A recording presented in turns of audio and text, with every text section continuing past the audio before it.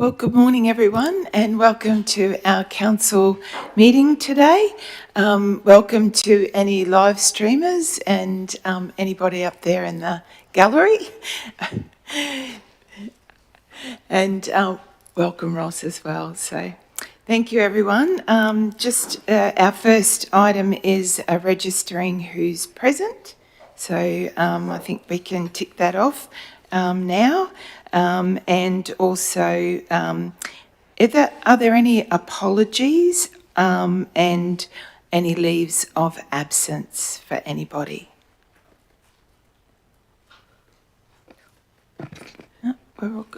Councillor Cypher.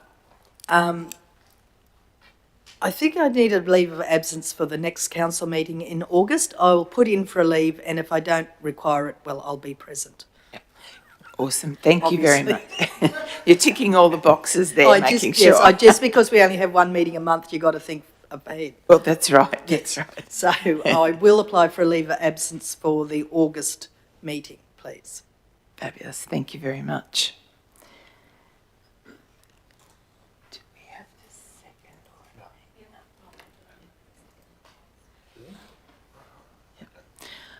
Okay. We need a mover and a seconder for a motion to accept Councillor Cypher's leave of absence on the 28th of August. Councillor Burns, seconded Councillor Newman. All in favour?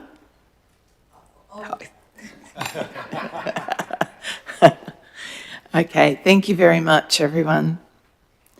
Next is item 3, which is our acknowledgement of country. So I wish to acknowledge, on behalf of our council here today, I wish to acknowledge the traditional custodians of the land on which we meet today and pay our respects to elders past and present. Moving on now to our opening prayer.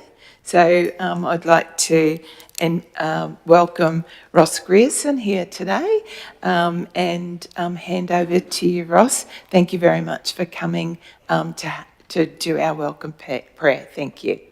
Well, thank you very much, councillors. I'd just like to take this opportunity to thank you all for this time, but also to just read a scripture of encouragement to you, as well as we'll pray and open this time. So thank you. So this is the Lord speaking when he says to us, "This is my commandment, that you love one another as I have loved you. Greater love has no one than this, that he laid down his life for his friends. You are my friends, if you do this, what I've commanded you. No longer do I call you servants, for the servant does not know what his master is doing, but I have called you friends. For all that I have heard from my Father, I have made known to you. You did not choose me, but I have chosen you and appointed you, that you should go and bear fruit, that your fruit should remain, so that whatever you ask of the Father in my name, he may give it to you. These things I have commanded you, that you will love one another." Jesus spoke these words to his disciples, but as we think about the things of God and as we come together, it's a promise that God has given us, that as we come to him, we ask him of anything, he will not take it from us, he'll not deny it from us. And that's a promise that God has given us. So I'd just like to bless you guys now as you work. Father God, we truly thank you for your word, for the word that you've given us. You are faithful, you're a mighty God. And Lord, you overshadow our decisions. And Lord, you're the one who puts your life within us. And Father, I just pray a blessing over our councillors today. The words that they speak, Lord, that will be harmonious, but also there'll be a time of coming together. Lord, I grant them peace. Lord, I grant them good health and good favour. Lord, wisdom, great judgment. And Lord, I just pray a time of unity and coming together. Lord, we just lift up this region to you. Lord, right across our Central Highlands Regional Council. And Father, that the prosperity and the things that come from it, Lord, will be greatly divided and greatly considered. Father, we just pray blessings over these words today in Jesus' name. Amen. Amen. Amen. Thank you very much. Thank you very much, Ross. I greatly appreciate your blessings today, and absolutely, we are all here to be together. And as you say, look out for the region and look out for our communities. So, thank you very much.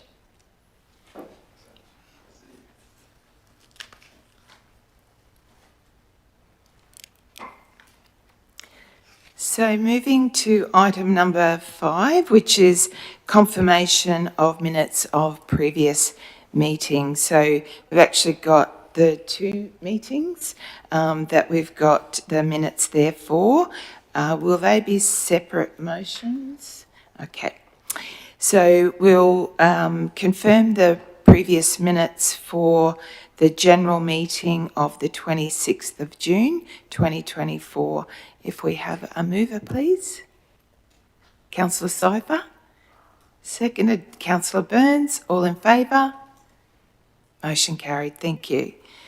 And our minutes for our special budget meeting on the 26th of June 2024. A mover? Councillor Newman, and a seconder, Councillor Donaldson. All in favour? Motion carried. Thank you.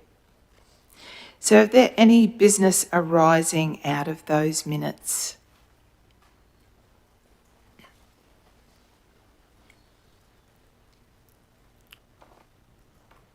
No, I think we're looking like there's no business arising out of the minutes. So we'll proceed to item number 7, which is a review of the outstanding meeting actions. So at the end of your agenda there. Councillor Cypher. Thank you. It's a question to you, actually, Madam Mayor. On the 24th of April, we had a resolution in regards to the recruitment of a permanent CEO. Yep. I can read the whole resolution out, if you like. That the Mayor and Deputy Mayor be delegated authority to engage an agency to assist in the recruitment and appointment process for a Chief Executive Officer. The agency and/or internal recruitment advisor to act as a facilitator to assist the panel and council. 2, that a panel comprising the Mayor, Deputy Mayor, other councillors and/or external members as required to be appointed to undertake and overview the recruitment and recommendation process for the vacant CEO role, permanent role. Notwithstanding that councillors will be able to review all applications received. 3, that the panel report to council on the preferred applicant or applicants for formal interview by council. 4, council meet and undertake a final interview with the applicant or applicants recommended by the panel. I was just wondering if you could give us an update on the progress of that. I know some other councillors have been constantly asked by community, and I know how you like to be transparent and engage with community, so I think it is an appropriate time that I'm not sure what progress, so if you could perhaps give a update on the progress of that. Yep. Beyond a... Good. Strategy and briefings. As a group, if you recall, I think you were there, we met with the current acting CEO and we spoke about what we were doing with following up on that recruitment. So when the acting CEO, current acting CEO said that he would like to take a couple of weeks to report back to us as councillors on where we would be moving going forward with that recruitment process. So that's my understanding of where we're at. So, Madam Mayor, according to the motion that has been endorsed, the resolution that is endorsed, it's not the CEO or acting CEO's role to do that. It is yours and the Deputy Mayor's role. So if you are now proceeding to go through the acting CEO, then the resolution will have to be rescinded. So I wasn't aware. In fact, I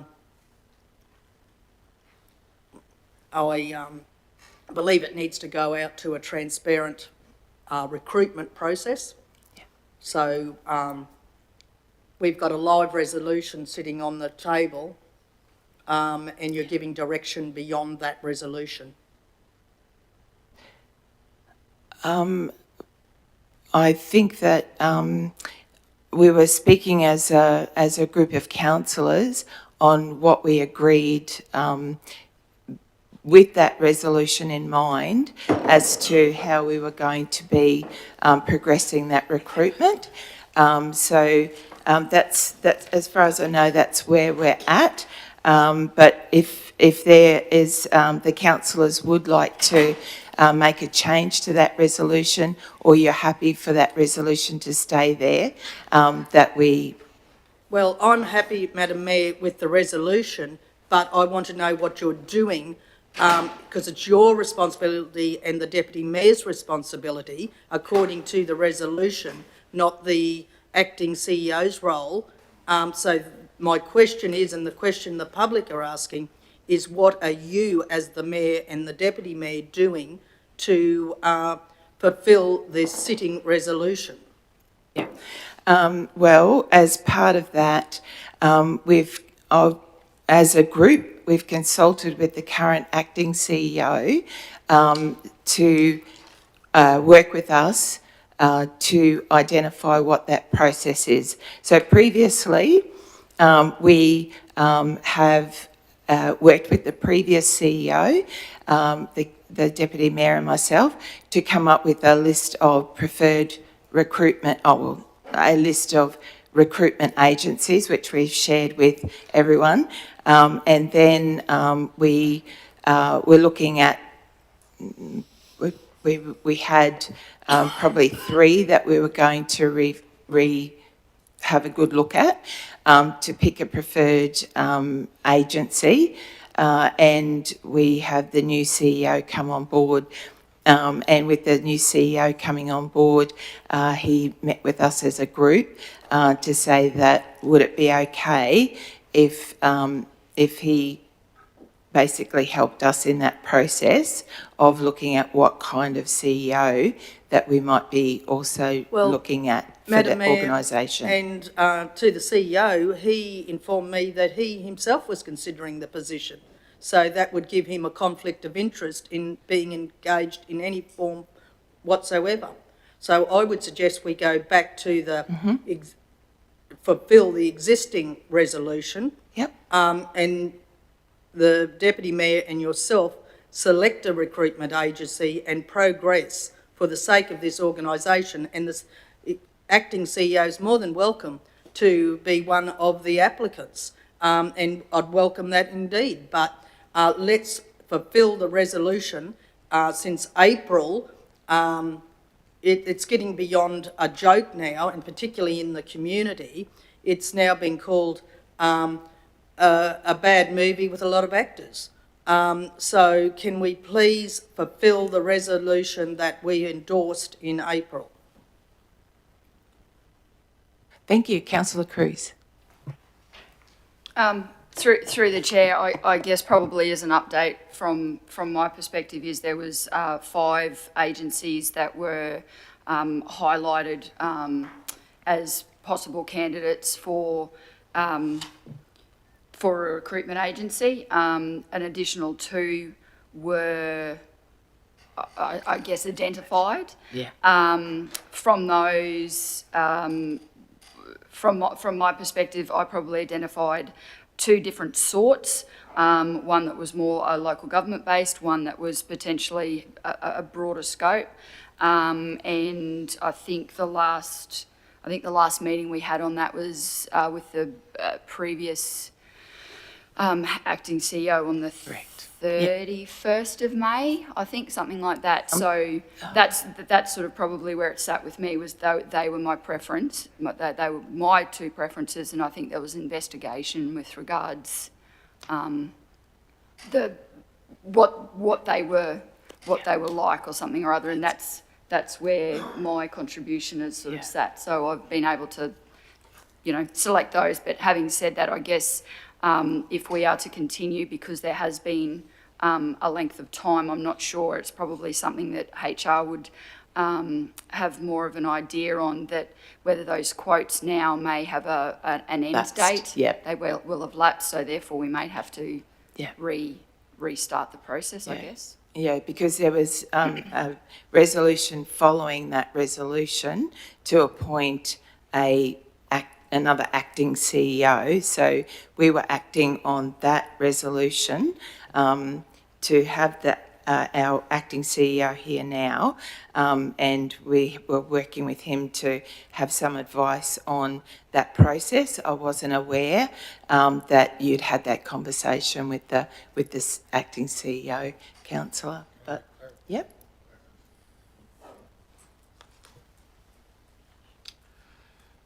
Councillors, I was considering with my wife whether or not I'd be an applicant for this position. That is in fact correct, as I informed councillors. We would have a think about that. I'm in a position to... Oh, I'm sorry. Yeah. There was a lot of water here, briefly.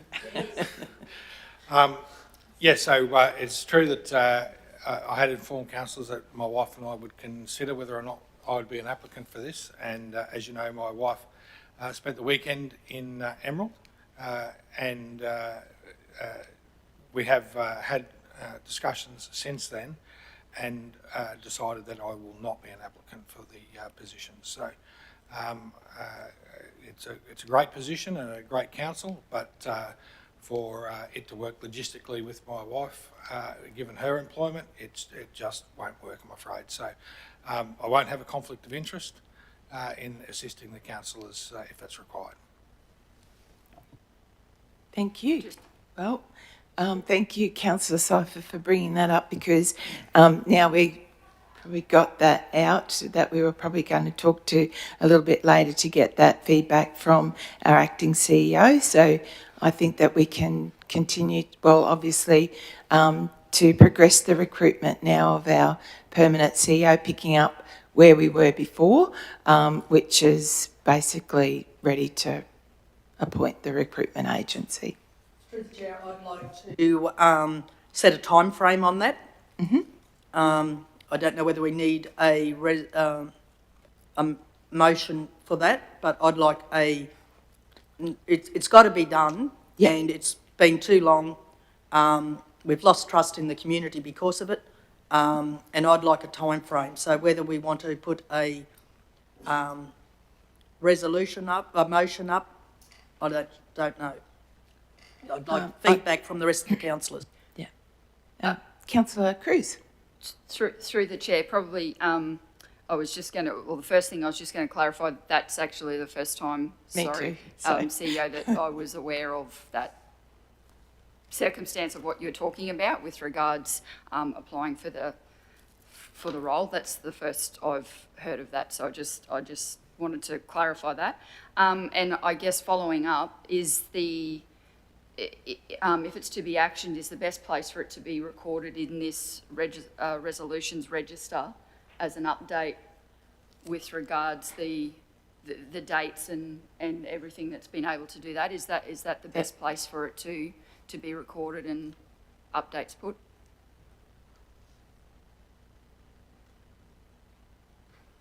I'm just seeking advice, sorry, from... Yeah, that's fine. Yep, that's fine, yeah. That's rather than doing another resolution, we've got a resolution and the dates and... Yeah. Yep. Thank you. So if you wanted to put the date there, councillor Cypher? What were you thinking? Councillor Hindmarsh?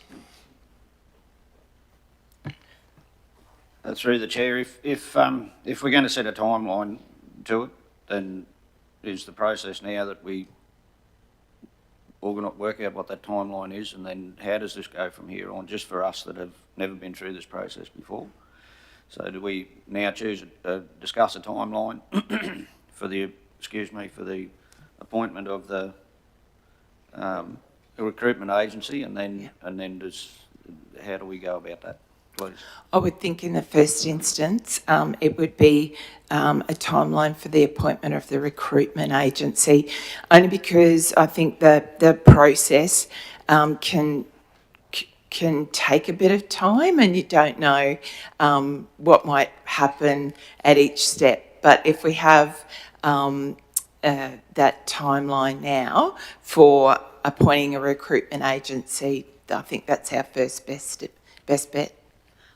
That is correct, Yeah. because that's what the motion is about. It's Yeah. about appointing a recruitment agency, and that's where the timeline first starts. So I would like to propose, it doesn't take much to, you've already got a list of Yep. agencies. You don't have to go back to square one again. You simply choose one and you appoint them. So I would imagine that could be done within 2 weeks. So by the next council meeting, we could have a report back on that.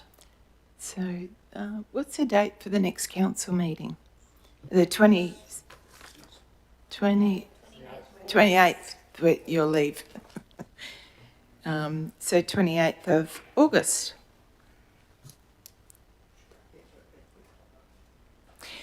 And then, but yeah, we obviously get the recruitment agency, and then as a council group, we'll be going through step by step to make sure that we're all part of that process as well, with selecting who's going to be on panels and the criteria, etc., as well, and probably re-looking at the PD as well for that role. And the recruitment agency takes you through that process. Yeah, that's correct. We just have to make sure that we do get the ones that will take us through that process as well. Yeah. Thank you. Sorry, Councillor Chris. Sorry. Through the chair, Madam Mayor, I was further just to a bit of a clarification for Councillor Hindmarsh as well, in about the timeframes. Each of the I guess quotes we had, or expressions of interest for those external facilitators to recruitment agencies, each of them had a sort of timeline associated with them, like a bit of a step-by-step. This is indicative of what generally it would take, so that would give us a little bit of a guide as well after the process. This process is finalised. Perfect. Yep, absolutely. And I don't think that the community's lost confidence in us at all. I think that they appointed us to make decisions as we needed to do that, and we've been consultative in that process as a team. Well, I felt we were, Councillor Cypher, but thank you very much, and we'll continue to progress that motion, if that's all right. Very good. Thank you.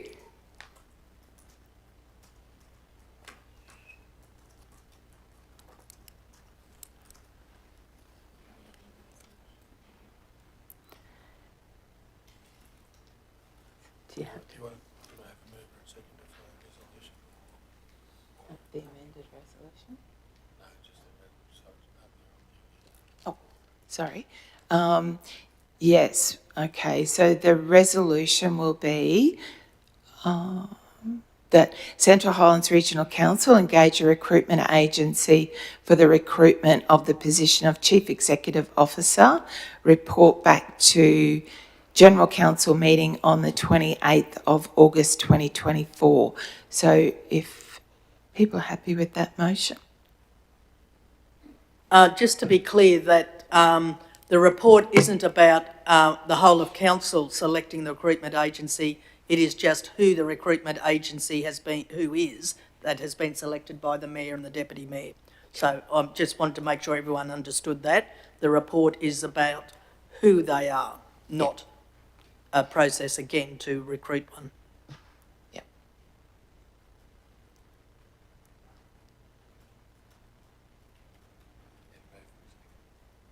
Yep. Just making sure that the wording, everyone's happy with that wording. Thank you. All in favour? Motion carried. Thank you. Thank you.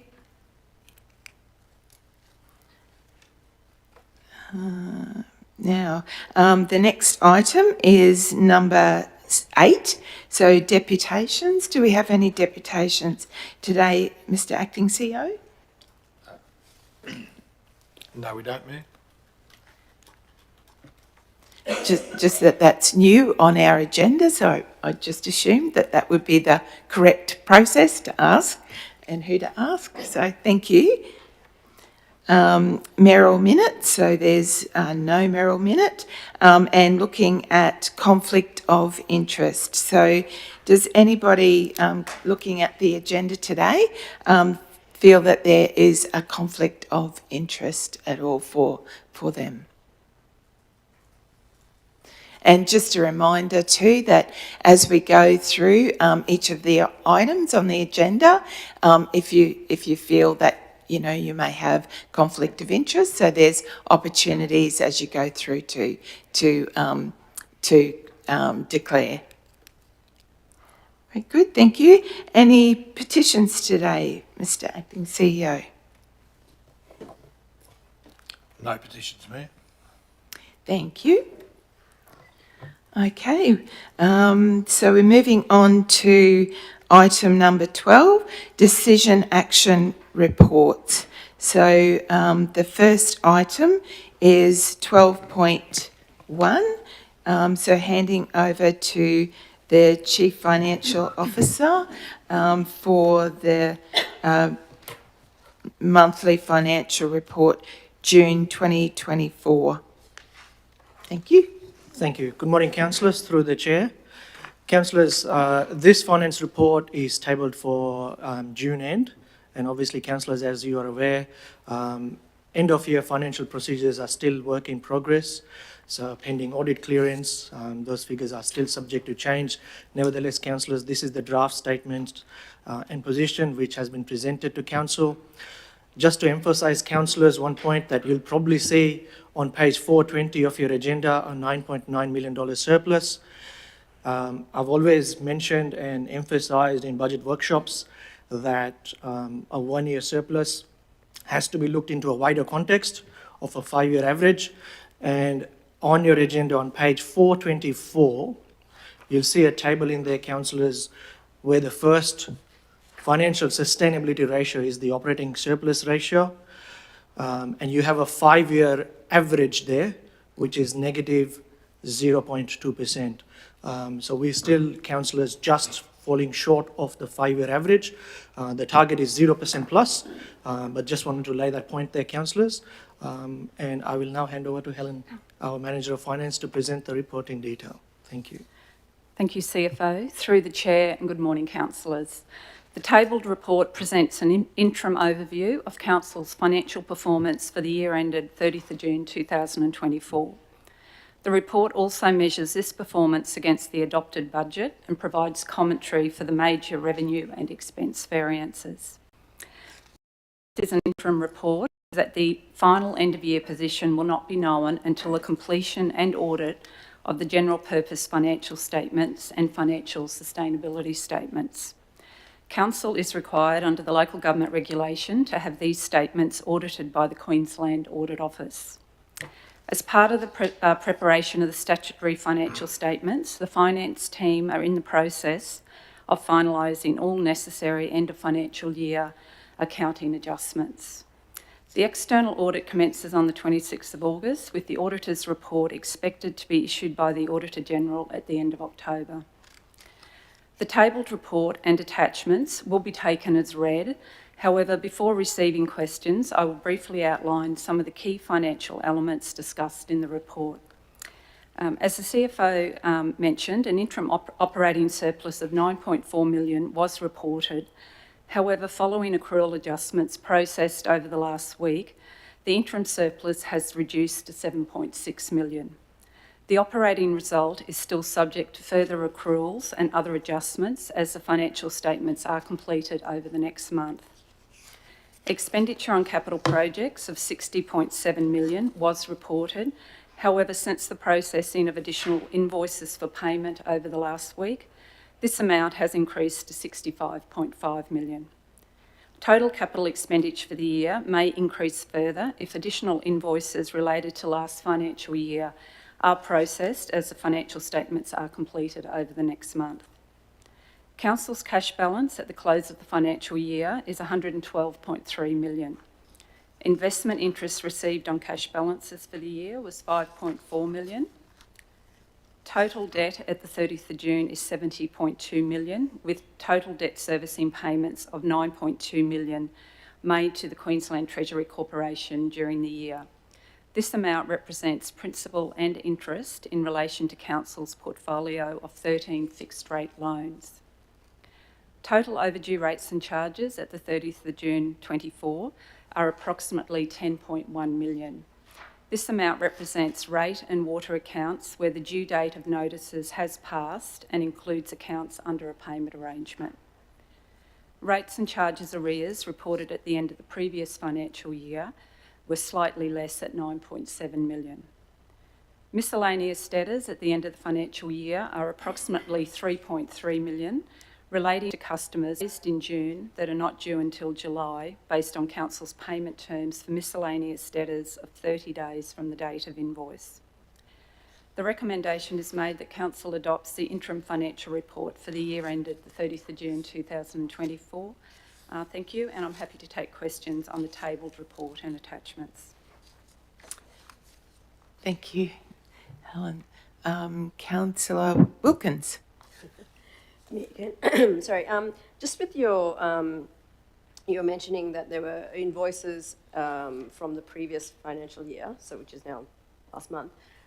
So were they paid in that financial year, or were they paid now? So just through the chair, so Councillor Wilkins, they're being paid now. But we accrue them back to last financial year because the expenditure relates to last financial year. Okay, because I thought, like in a business, even if you invoice then but you pay it now, it's part of this financial year. No, just through the chair, because we operate on an accrual basis, not a cash basis, we have to accrue the expenditure back. Yes. Thank you. Councillor Hindmarsh.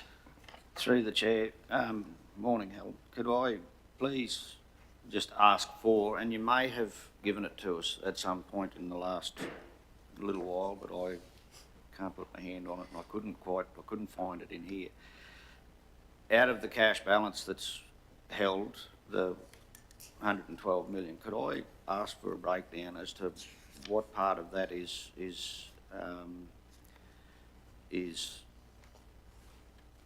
restricted as to, and what it's restricted to, like what uses it has, and what is actually our cash balance that's there as a cash balance, I suppose, if that's all right, please. That's fine. Thank you. Through the chair.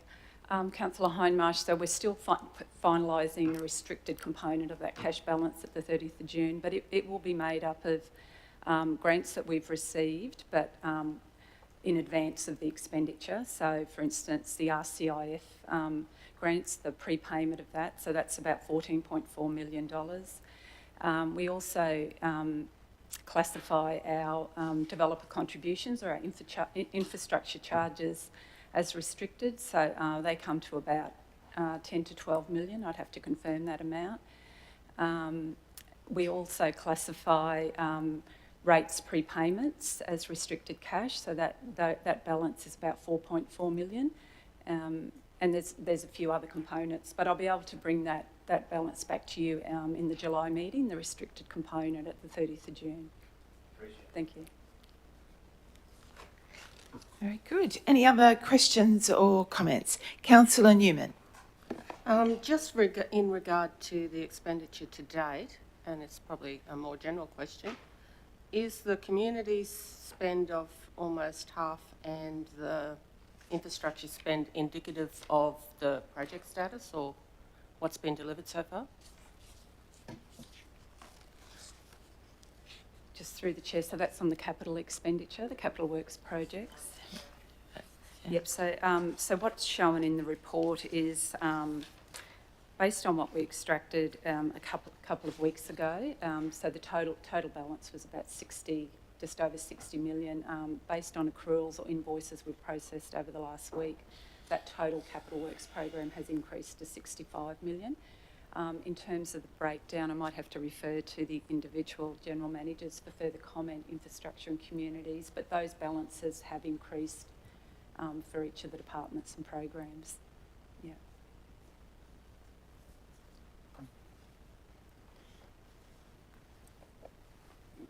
Through the chair, I'm afraid I would have to take that question on notice, councillor, but I can come back to councillors with an answer on that. Through the chair, just in terms of their capital delivery, as mentioned by the Manager of Finance, so our indicative result is around that $65 million at this point in time, given some accruals are still occurring.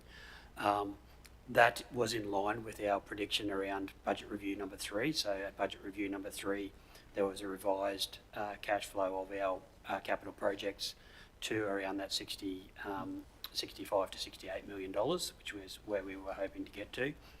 There's a number of projects you'll see also in that report that are committed, so projects that we have issued purchase orders for, projects that are underway, just haven't, in terms of timing, have been delayed due to either unavailability of contractors or delays in procurement processes, delays in materials, which have pushed some of those projects into this financial year. So those projects have been rebudgeted in our current capital program.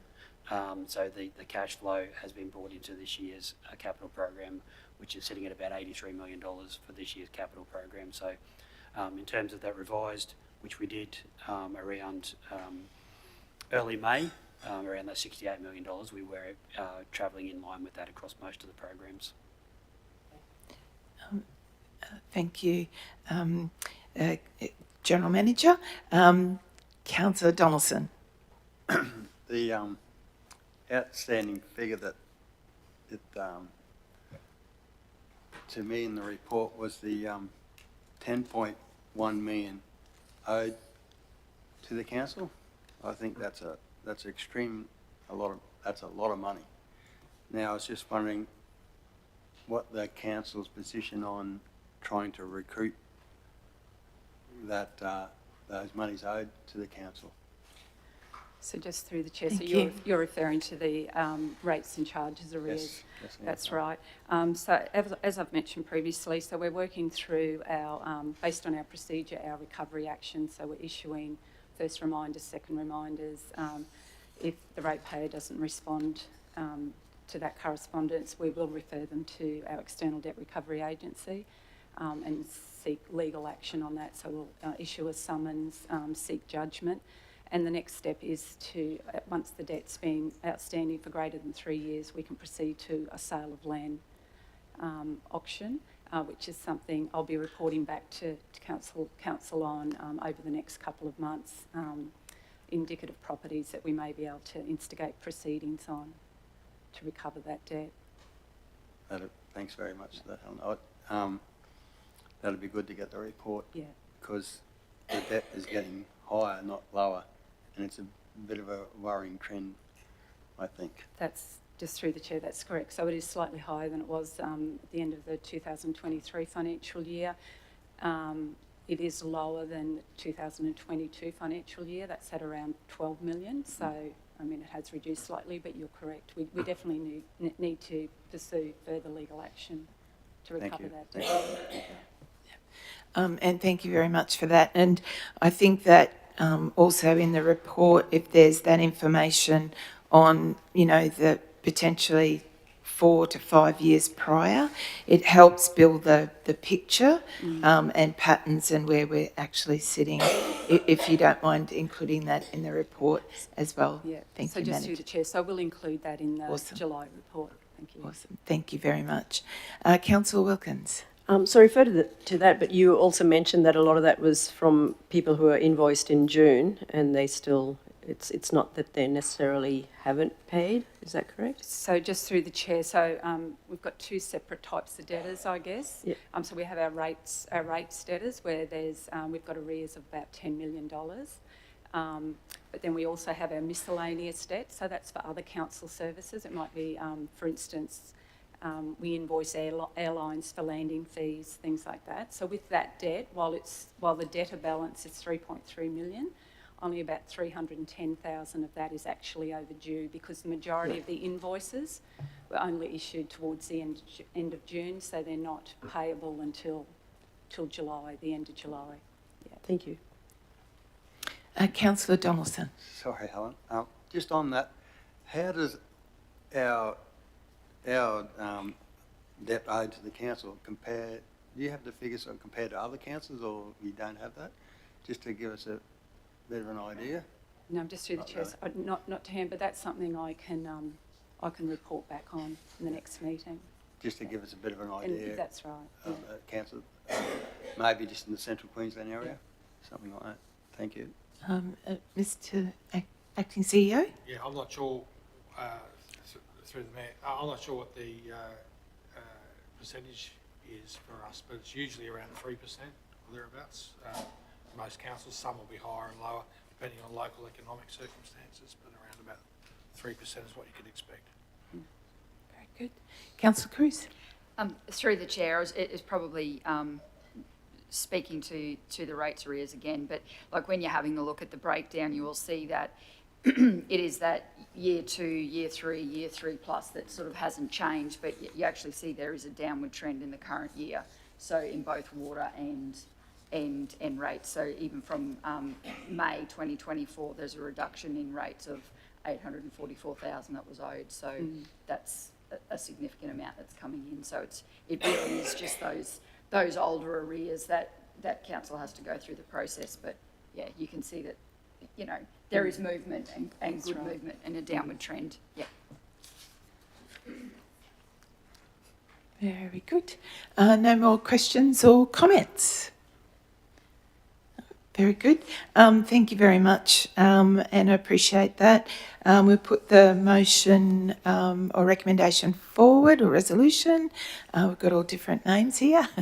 Can I have a mover and a seconder that the Central Highlands Regional Council adopts the interim financial report for the year ended 30th of June 2024.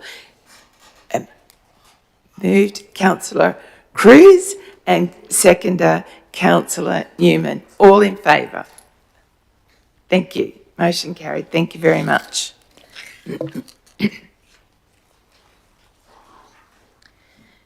So moving now to item 12.3.1, which comes under the Department of Commercial and Corporate Services. So we have the unconfirmed minutes of the Audit Committee meeting, 14th of June 2024, and I hand over to Carolyn Knutson, General Manager for Commercial and Corporate Services. Thank you.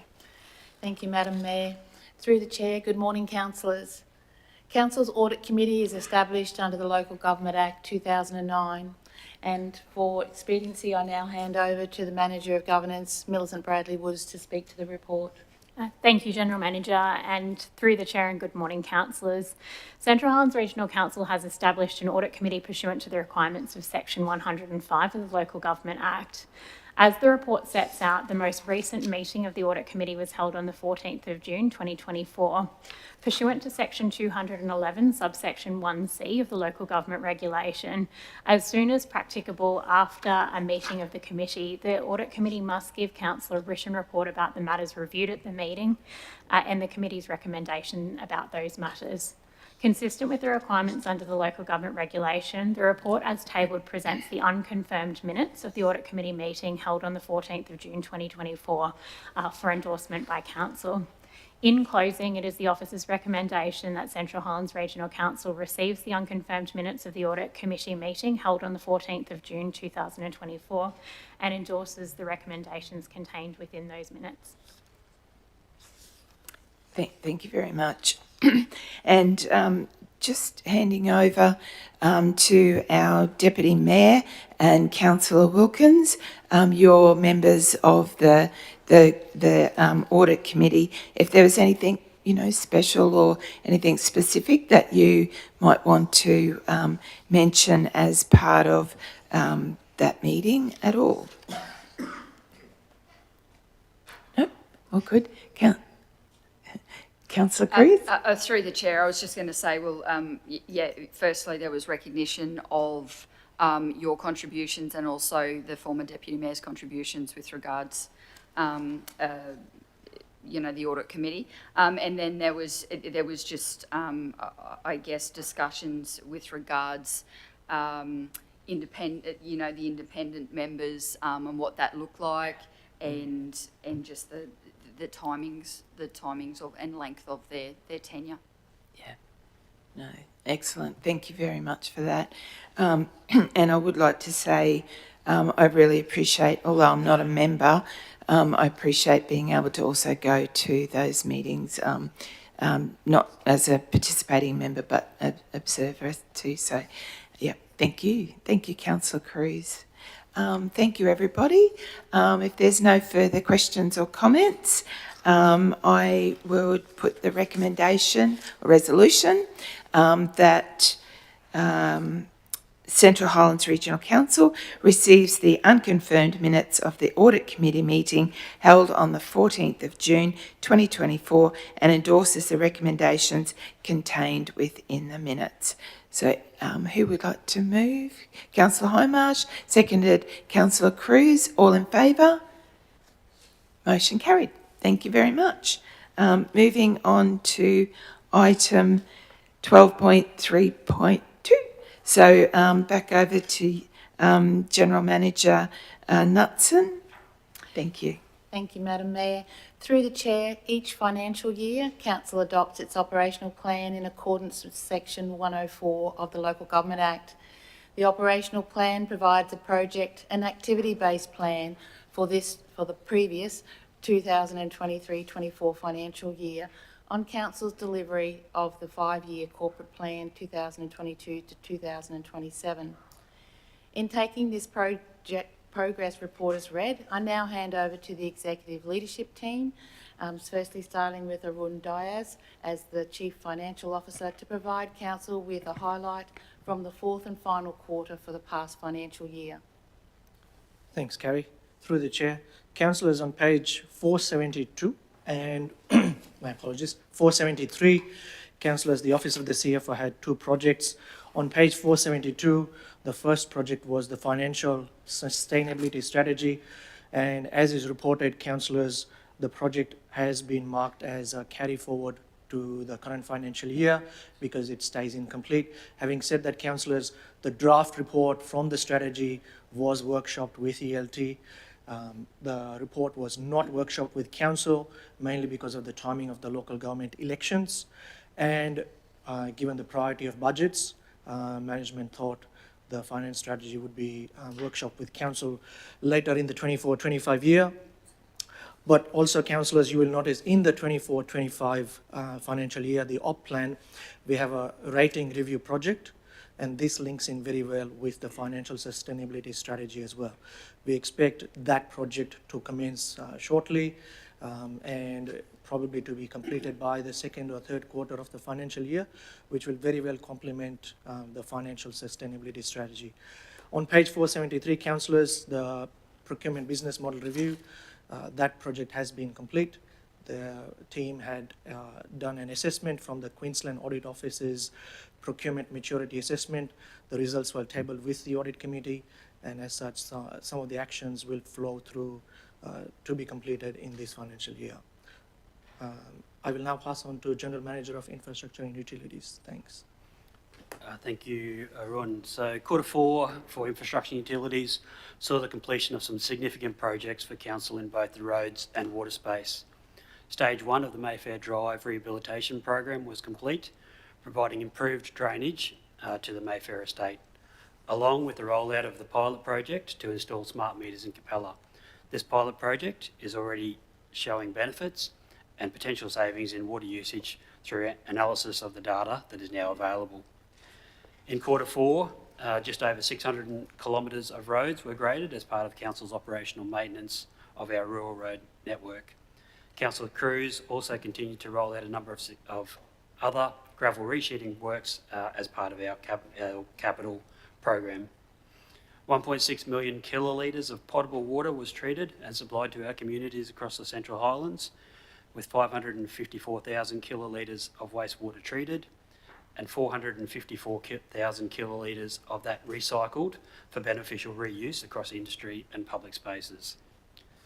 Key roles within the infrastructure and utilities, which have been vacant for some time, continue to be a priority to recruit. And I thank our staff for their continued ongoing commitment to council during this time as we continue to provide these critical services to our community. A key success within the operational plan this year was the adoption of the Central Highlands Regional Council Total Asset Management Plan.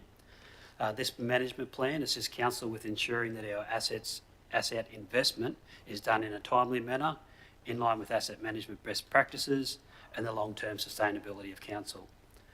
I'll now hand over to the Acting General Manager, People, Safety and Legal to present his department. Thanks very much, General Manager Houlihan. Now, as councillors might be aware, the People, Safety and Legal Directorate was formed partway through the 23-24 financial year. So, as well as delivering BAU for the HR, Safety, Legal and Property team, the Directorate's major focus is a full organisational safety review with a particular focus on safety behaviour and culture here at Council, otherwise known as the Safety First project, which is in the operational plan. Now, the Safety First project was always intended to be a 2-year project, given the nature and extent of it. So the 23-24 highlights saw us engage nearly 100 staff to establish those key areas for continuous improvement, and then form a completely internal project team to plan those improvements, which are going to cover everything from risk assessments through to incident investigations. Now, the Safety First project continues to be the first priority for us as a directorate, and I very much look forward to providing councillors with regular progress updates quarterly as we venture on through the 24-25 financial year. I now hand over to the General Manager of Communities. Thank you, councillors. Through the chair, Madam Mayor. As a very new General Manager, this is my first council meeting. I'm sure the councillors probably know more about the Q4 successes of the Communities Department than I do. However, I must say I'm amazed and excited at the stuff that we were able to deliver in Q4, and I know I'm coming in to work with a fabulous team from the stuff that's on record. In terms of where we are and what we've delivered, into the highlights of this particular report, I kicked off attending the Youth Art Awards, which was a fabulous event. 131 artists from 131 works from 105 artists. They were put on display downstairs. A really successful event to have occurred. In addition to that, in the youth space, we also in May had a fabulous mayoral student leaders summit with 187 student leaders from 27 schools attending. Following with the student theme, we just recently completed the Sister Cities Exchange, which was also really well received and successful, and we'll be coming to Council to talk about that and just provide a briefing on that in the near future. On the grants front, the communities team also looks after the grants. We had some excellent successes in the RADF space, the Regional Arts Development Fund, where we funded a number of things, one of which is GemFest. GemFest is coming back and it is occurring in a few weeks' time. Another great event for the community. And we were able to support the development of businesses in the region through the recent award of the Stream 3 Economic Stimulus Policy, with Stream 4 still to come. In terms of the other communities' activities, we are in the middle of, and Q4 saw the commencement of some fabulous NAIDOC events. I've attended a few of those. Blackwater is on Friday, but going really well with some really engagement with our First Nations peoples. Following that theme, the library's held 5 Reconciliation Week events, which were also really well attended and successful. Moving over into another area of this portfolio, the community's portfolio, the Parks and Gardens team have had a really busy Q4 with business as usual, but some of the highlights for them were they held and hosted a fabulous sports forum, which was really well received with the community, and they've done some significant upgrade works around the place, including the upgrade of the Thierry Courts, which was finally finished, and we were able to award the contract for the redevelopment of Springshore Pool. Just on that front, we've also in Q4 been able to appoint new managers for the Emerald Pool for the commencement of the new season, which will start in August. In the planning space, work has been continuing on a lot of things. There's been a series of events. We're still talking about the Blackwater PDA, but in essence, the big highlight for them was the adoption of the ongoing saga of the amendments to the planning scheme, and as we adopted Amendment 7, recognising that our planning scheme is almost at term and will need some work in the future, but Council has progressively made those amendments and been very successful in doing so. So that should be a simple process for this Council. I think that's it, but it's fabulous to be involved, and the community seem to be a great team, so I'm really looking forward to continuing to work with them and reporting successes to Council. I'll now hand over to General Manager Carolyn Knudsen, who will do her bit. Thank you, Acting General Manager Burns. I would like to take this opportunity to particularly highlight the higher throughput to both our airports and sale yards during a very successful fourth quarter for both business activities. Additionally, customer service has had a successful quarter four, resolving 65% of the 5,393 calls at the first point of contact. Additionally, for customer service, this last quarter, we introduced our internal knowledge management system called Connie, and that system has been introduced to further support the customer service officers to resolve inquiries across our region when engaging with customers over the counter, by email or over phone calls. This knowledge-based system provides a single point of truth, enabling the customer service officers to provide accurate and timely answers in relation to the 40 core services Council provides. Through the Chair, I would like to acknowledge the governance section who assisted the management team to prepare this progress report, and I present the fourth quarter performance report for consideration of Council and invite any questions. Very good. Thank you very much. Councillor Wilkins. No questions. I'd just like to say thank you for making it nice and easy reading. Thanks a lot. Well done, thank you. Councillor Newman. I'd just like to acknowledge that it's fantastic to see so many of the projects completed, and there's a sensible rollover within the financial program for aligning with the new council. Thank you. Thank you very much. Councillor Seifer. Sorry. To the I thought it was the Acting General Manager of Communities, but have you been appointed to a permanent position as General Manager? Through the Chair, I'm still on an acting contract until December. Yeah, that's fine. Yeah, you introduced yourself as the General Manager. I just thought we hadn't been updated. Oh, that's okay. I'm sorry, that was my mistake. Thank you. Bye. Oh.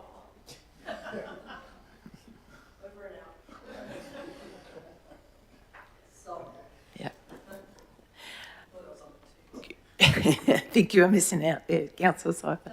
No, I think, yeah, sorry. Very good. Look, I'd like to also concur with all of those comments and, sorry, frog in my throat. Same one you've got, Councillor Cypher. Just to say, well done and congratulations. Thank you very much. Yeah, I was just looking there with the extended projects being at the 27% and the completed at 73%. So that's really outstanding. That's excellent. So thank you very much. A great document, great report, and congratulations to all of the staff who, thank you very much, who put in the mighty effort and all the hard work. As councillors, we couldn't be achieving what we need to be achieving without all the amazing staff. So thank you very much. I'll put that now to the recommendation is that the Central Highlands Regional Council receives the Central Highlands Regional Council Operational Plan 2023-24 Quarter 4 Performance Report. A mover? Councillor Newman. Thanks, mate. And seconder, Councillor Dollinson. I'd just seen those two hands go up. There was a split second difference there. So thank you very much. All in favour? Carried. Thank you very much.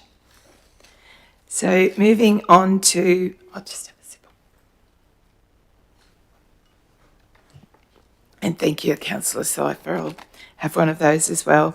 Moving on to item 12.3.3, revised investigation policy and draft terms of reference for the Councillor Conduct Standing Committee. Handing back over to our General Manager, Commercial and Corporate Services, Carolyn Knudsen. Thank you. Thank you, Madam Mayor. Through the Chair, Council has an obligation under the Local Government Act 2009 to adopt an investigations policy in relation to council conduct matters referred to Council by the Office of the Independent Assessor.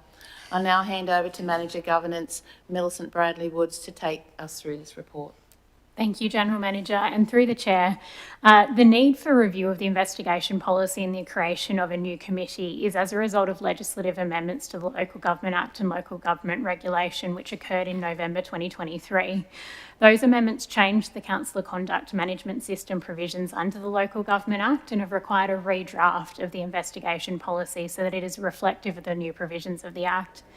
In addition, changes to the model meeting procedures by the department have generated a need for the creation of a terms of reference for the establishment of a new committee to be convened, standing committee rather, to be convened in circumstances where the General Council meeting loses quorum.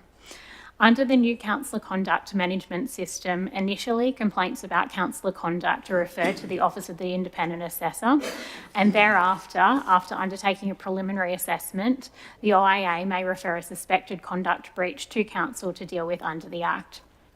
Pursuant to Section 150 AE of the Local Government Act, Council is required to adopt by resolution an investigation policy, which includes a procedure for how it deals with suspected conduct breaches of councillors referred by the assessor to be dealt with by council. The current investigation policy is based upon the pre-November 2023 legislation and therefore does not meet this requirement. In relation to the investigation policy, in March this year, the state government released an example investigation policy, which officers have used as the basis for the investigation policy presented to councillors for consideration today. We have made amendments to the example investigation policy to reduce repetition, simplify, and ensure that the policy reflects a logical flow. We've also split the template documents out as separate forms to ensure that they can be updated operationally as needed while still adhering to the policy. As required by Section 150 AE subsection 2 of the Act, the policy includes a procedure for investigation of suspected conduct breaches of Mayor and Councillors at Appendix 1. The policy also states the circumstances in which another entity may investigate the suspected conduct breach at Section 13.4. The policy is consistent with the principles of natural justice at Section 8. The policy requires council to prepare a report about each investigation at section 13.5. The policy also requires councillors and persons who make complaints about councillors' conduct to be given notice of the outcome of the investigation under section 14.4. And the policy includes procedure about when council may decide not to start or to discontinue an investigation under section 150 AEA of the Act at section 13.3. As required under section 150 AE, subsection 3 of the Act, the policy also requires council to give a councillor under investigation information about the suspected conduct breach, including details about the evidence of the alleged conduct breach, and this is mirrored at sections 8 and 13.5, subsection 1 of Appendix 1. To give the subject councillor a notice if an investigation is not started or is discontinued, and that's mirrored at section 13.3. To give any known complainant a notice if an investigation is not started or discontinued at section 13.3. To give the subject councillor the preliminary findings of the investigation before preparation of the investigation report at sections 8 and 13.5, subsection 1 of Appendix 1. To allow the subject councillor to give evidence or to provide written submission to council about the suspected conduct breach and preliminary findings at section 8 and section 13.5, subsection 1 of Appendix 1. To consider any evidence or written submissions provided by the subject councillor when preparing the investigation report at sections 8.4 and 13.5, subsection 1 of Appendix 1. And finally, to include in the investigation report a summary of any evidence given by the subject councillor or a full copy of written submissions provided, and that's mirrored at sections 18.4 and sections 13.5, subsection 1 of Appendix 1. Councillors should note that the proposed investigation policy does not relate to misconduct or corrupt conduct, which are dealt with under separate legislative provisions under the Local Government Act by the OIA and subsequently the Councillor Conduct Tribunal. It does not deal with unsuitable meeting conduct, which is dealt with under Standing Orders and Meeting Procedures policy, and it also does not relate to any conduct undertaken by a councillor in a personal capacity. This means that the investigation policy only deals with circumstances where the OIA refers a conduct breach matter to council. In relation to the proposed terms of reference for the new decisions about conduct breach standing committee, it is noted that council does not currently have an established standing committee to which decisions in relation to conduct breaches can be made, and where there is a loss of quorum at general council meeting due to the number of conflicts declared. We're advising councillors that this committee needs to be established to manage this situation, and note that this is also foreshadowed in the Standing Orders and Meeting Procedures policy adopted by council at section 63, which provides that where council loses quorum, it must delegate the matter to a standing committee. We are proposing to establish the standing committee in accordance with section 264 of the Local Government Regulation, and that the terms of reference for that committee be in accordance with the draft presented to councillors today. In closing, it is the Office's recommendation that Central Highlands Regional Council adopts the revised investigation policy as presented, that it repeals the current investigations councillor conduct policy, that it establishes a standing committee for decisions about conduct breach pursuant to section 265 subsection 1 of the Local Government Regulation, and that further that it adopts the terms of reference decisions about conduct breach standing committee as presented to guide the governance of the standing committee. Thank you very much, Manager Governance. I just, if we've got any questions or comments, I'll just make the first comment if that's all right. Look, we appreciate all the hard work that you guys have done in the background. It's been awesome. And we do know that, and thank you for when you brought these items to a strategy and briefing meeting. It was, we requested to have a workshop, so we really appreciated the staff juggling that around and giving us extra time, because it's such an important policy and all the changes that are in there, so that we can keep up with that. We might be doing different types of training, but it just means that we've all got opportunities to look at a lot of information and have different opportunities to discuss, ask questions, because we all learn in different ways. So, but also it's a lot of information to take in. So I just want to say thank you very much for that. Any questions or comments? Nope. I think that just goes to show you've done good training. Councillor Burns. No, it all seems pretty straightforward. You've done well, and this is as it comes down from the state, it's a requirement that we kind of have to follow. So thank you. Well, thank you very much. The acting CEO said I don't have to reread all of that resolution again, because Millie, you did such a great job there. Oh, Councillor Manager Governance, you did such a great job outlining all of that. So if everyone's happy, I will ask for a mover, please. Councillor Wilkins, seconder. Councillor Hindmarsh. Thank you very much. All in favour? Carried. Thank you very much. And moving on to, you guys stay in the same seats there, so thank you, to item 12.3.4, Audit and Risk Committee Charter. So handing back over to General Manager, Commercial and Corporate Services, Carolyn Knutson. Thank you.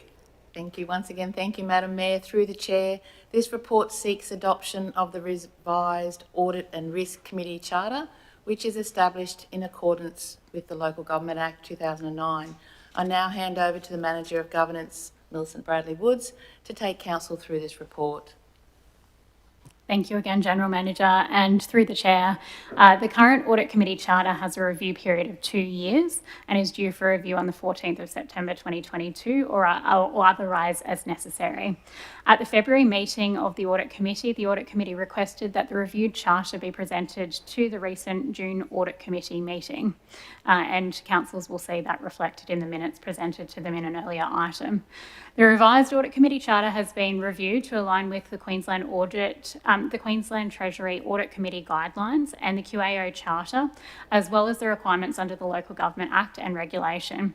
In undertaking the review, the revised Audit and Risk Committee Charter has been benchmarked against the Audit Committee Charters adopted by other regional local governments.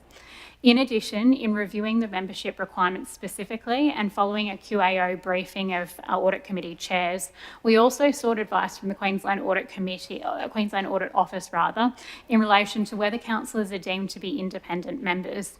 We were provided with the preliminary advice that councillors are deemed to be independent members. However, this could change following tabling of the QAO report in relation to review of audit committees in local governments and the subsequent legislative changes to the local government regulation and financial management standard which would need to occur as a result, in which case the membership provisions of the charter would also need to be re-reviewed, and we would bring the Audit Committee Charter back to councillors at that time.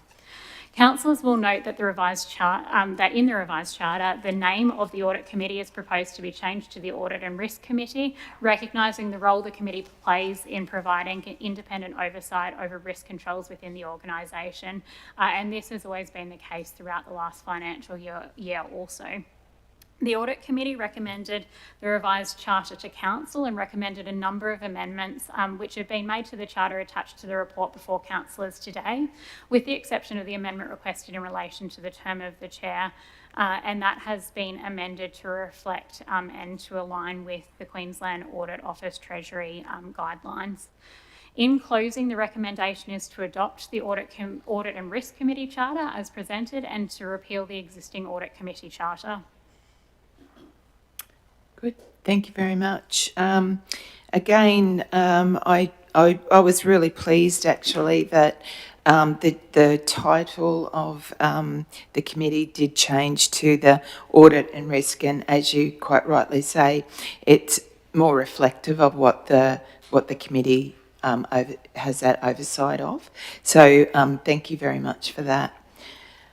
Any questions or comments? Won't put anybody on the spot again. Okay, thank you very much. Because it's not too long, I will reread this one.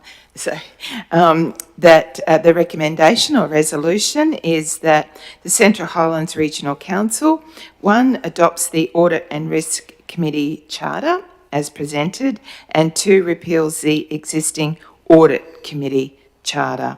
So, do I have someone to move? Councillor Wilkins, Councillor Whiteman second. All in favour?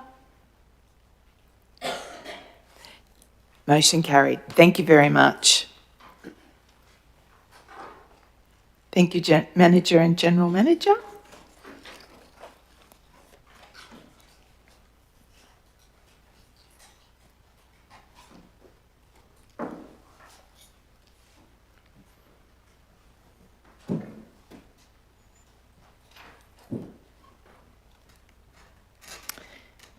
Moving now on to 12.4, which is the infrastructure and utilities item. So 12.4.1, project nominations for 2024-28 local government grants and subsidies program.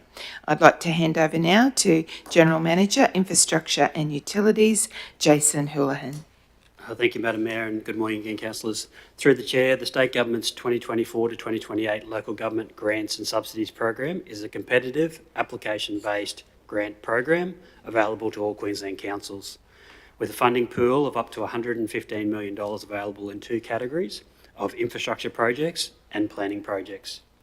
Councils may submit up to 2 applications for an infrastructure project and 1 for a planning project.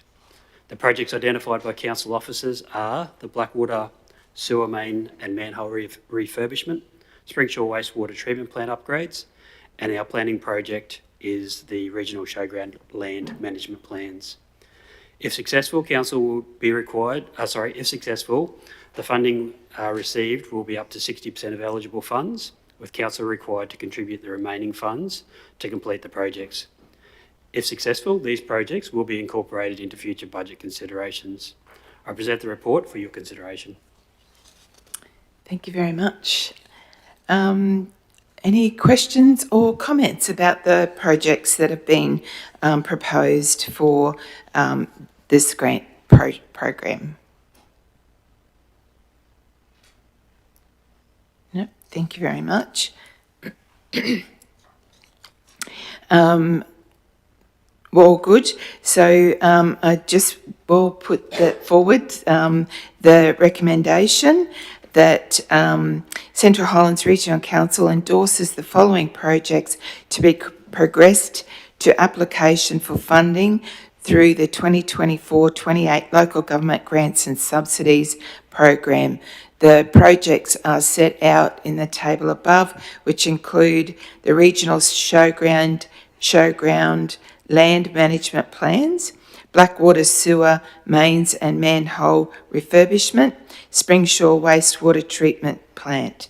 And further, if these applications are successful, Central Highlands Regional Council will commit to the inclusion of required funds in the financial years in which the project will be delivered, inclusive of any project costs deemed ineligible by the funding body.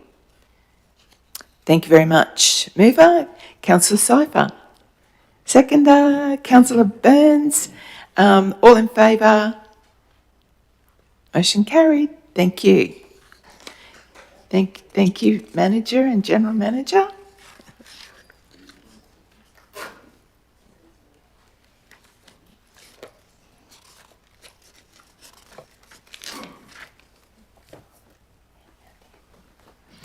The next item is from the Chief Executive Officer area. So the first item is 12.6.1, call for motions for Local Government Association of Queensland, LGAQ 2024 Annual Conference. Handing over to Acting Chief Executive Officer, Ross Musgrove. Thank you, Mayor. Councillors, the LGAQ is currently calling for motions for the 2024 annual conference.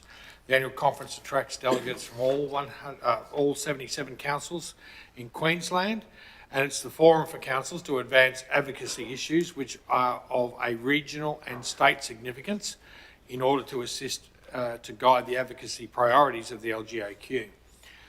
The LGAQ 2024 conference will be held in Brisbane from the 21st to the 23rd of October at the Brisbane Entertainment and Convention Centre. The LGAQ motions to be considered at the LGAQ 2024 annual conference must be endorsed by council prior to submission. Council endorsement is sought with respect to the attached motions as follows. Motion 1 is to ban the importation and use of products containing PFAS group chemicals by the end of 2026. The exact motion is that the LGAQ calls on the federal government to ban the importation and use of products containing PFAS group chemicals by the end of 2026, including products not covered by the Industrial Chemicals Environmental Management Standard, cosmetics, personal care products, food packaging and clothing, rather than requiring local government water service providers to upgrade treatment technology to protect community health and the environment from these chemicals. That is a motion being moved by a number of councils. Number 2 is removal of revision of provisions within legislation that require the discounting of subdivided land not yet developed. The motion is that the LGAQ calls on the state government to remove the revise Chapter 2, Part 2, Division 5, Subdivision 3 of the Land Valuation Act 2010. Motion 3 is a safer state-controlled road network through increased funding. The motion, proposed motion is the LGAQ calls on the state government to improve the safety of state-controlled network through 1, increased funding on renewals and upgrades based on best practice asset management principles. 2, increased funding to maintenance, road maintenance, performance contracts to cover the significant number of unfunded defects that exist on the state-controlled network to better reflect current transport asset maintenance. And 3, increase the funding to road maintenance performance contracts annually by the published council cost index. So they're the 3 that we've received from councillors. And we've got an additional. Sorry, Sorry, Councillor Creed. Yeah, sorry. through the chair, if I may request an amendment to the motion for the inclusion of an additional motion, and if I, just for completeness, it's been circulated to all councillors this morning, and if you'd like me just to read through it. Please do. Thank you very much. So the title of the motion is to review into alternate rating methodology. The motion is that the LGAQ calls on the state government to review Queensland's rating system and provide additional mechanisms by which rates can be levied. The desired outcome is to provide alternate methodology and/or additional mechanisms and approaches for local government to raise rates revenue that would aim to stabilise the volatility generated by increased state land valuations.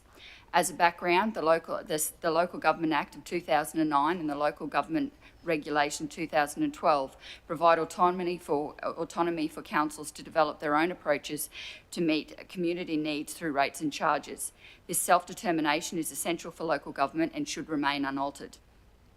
Rate strategies differ amongst councils but can include any and all or a combination of the following: differential rating for differing categories of rateable land, minimal levels of general rates for differing categories, capping of rates increases and averaging of valuations for a period of 2 to 3 years to underpin general rate calculations. All of these instruments are at local government's disposal and used in varying forms to moderate the flow-through impacts of significant property valuation increases on rates. The intent of the application of these provisions to dampen the impacts of significant valuation shifts was to use in circumstances brought about by extraordinary increases in land valuations.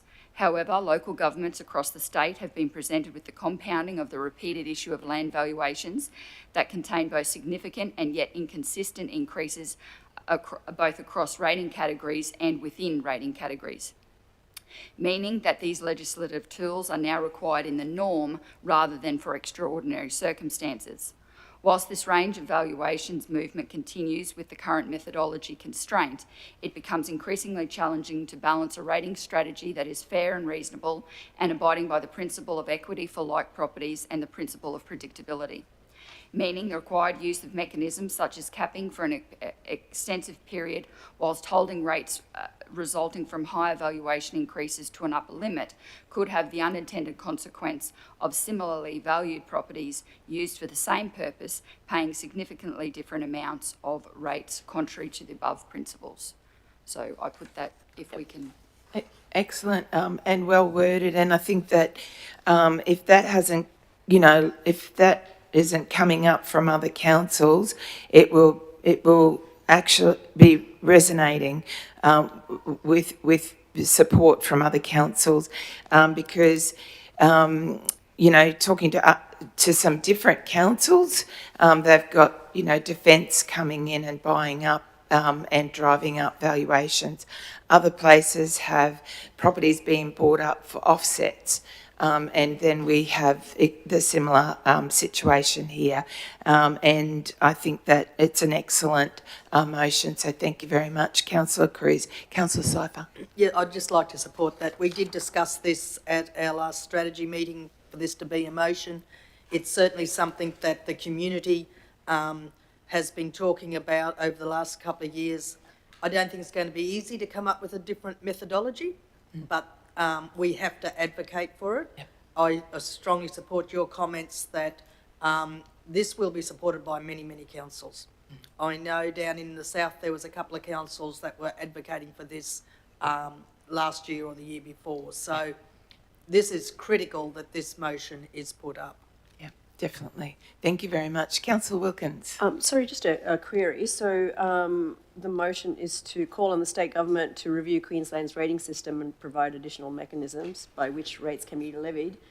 Yet it says the Local Government Act and the Local Government Regulation provide autonomy for councils to develop their own approaches to meet community needs through rates and charges. So I'm a little bit confused. On the one hand, it says that we're calling on the state government to review the rating system, yet we do have autonomy. I don't get that. You know what I mean? Like it's, on the one hand, it seems to be saying that the state government are telling us how to do the rates and charges, but we do have autonomy. So I guess what is meant by that is we are bound to use valuations as it is. Councillor, sorry, just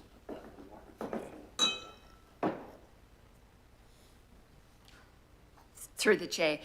So Councillor Wilkins, I guess what I was sort of trying to present was at the moment with regards the regulation and the Act, we are bound by using the valuations as our rating, and then those combinations of we can how we use those combinations and which lever we pull is independent within each individual council. But I guess the whole intent is to open it up and say, is there another way, and are there other mechanisms that we can add while still having autonomy to be able to use the different levers, but just give us more levers to use, basically, is what it's suggesting. Very good. I'm just Councillor Burns. Thank you, Madam Mayor. Yeah, I support this addition as well. I think the current system's dated, and it does need a review statewide. I think we'll have a lot of support for this one because it is restrictive, and there's other tricks to try and keep the rates down, but they're not really working because it's building up behind the scenes anyway. So. Yeah, that's right. And of course, we're in the same situation with having to have a review and have a look at our the levers that we're using too for rating as well. So I think most councils will be in the same boat for sure. Councillor Whiteman. Through the chair, I am also in support of this. I think that whilst, how do I word this? Whilst I don't have the answers for how the methodology might change at a state level, I think that the value in this motion is to get the state government to start thinking about how that methodology might change, because it needs to in the medium to longer term, and without starting that conversation, well, then nobody will be thinking about it. So I think this is very important. Yeah, absolutely. And I think it's been supported too by our state members of parliament. Everyone's been trying to get the message through, and we're continuing to do that. So very important. And so are the other motions. Councillor Newman. That was exactly what I was going to reiterate. All these motions are very valid motions and will affect our future budgeting. So thank you for those motions and the work behind them. Thank you. Councillor Donaldson. Yes, I also support this motion. Are we able to comment on the other motions or wait? Yeah, absolutely. Absolutely. Number 3 there, the roads motion. I've received an email here commenting on that road infrastructure within the whole state, but in particularly the Central Highlands area. It's disturbing that the next couple of years, the state government has only committed the total commitment, I'm just reading it here,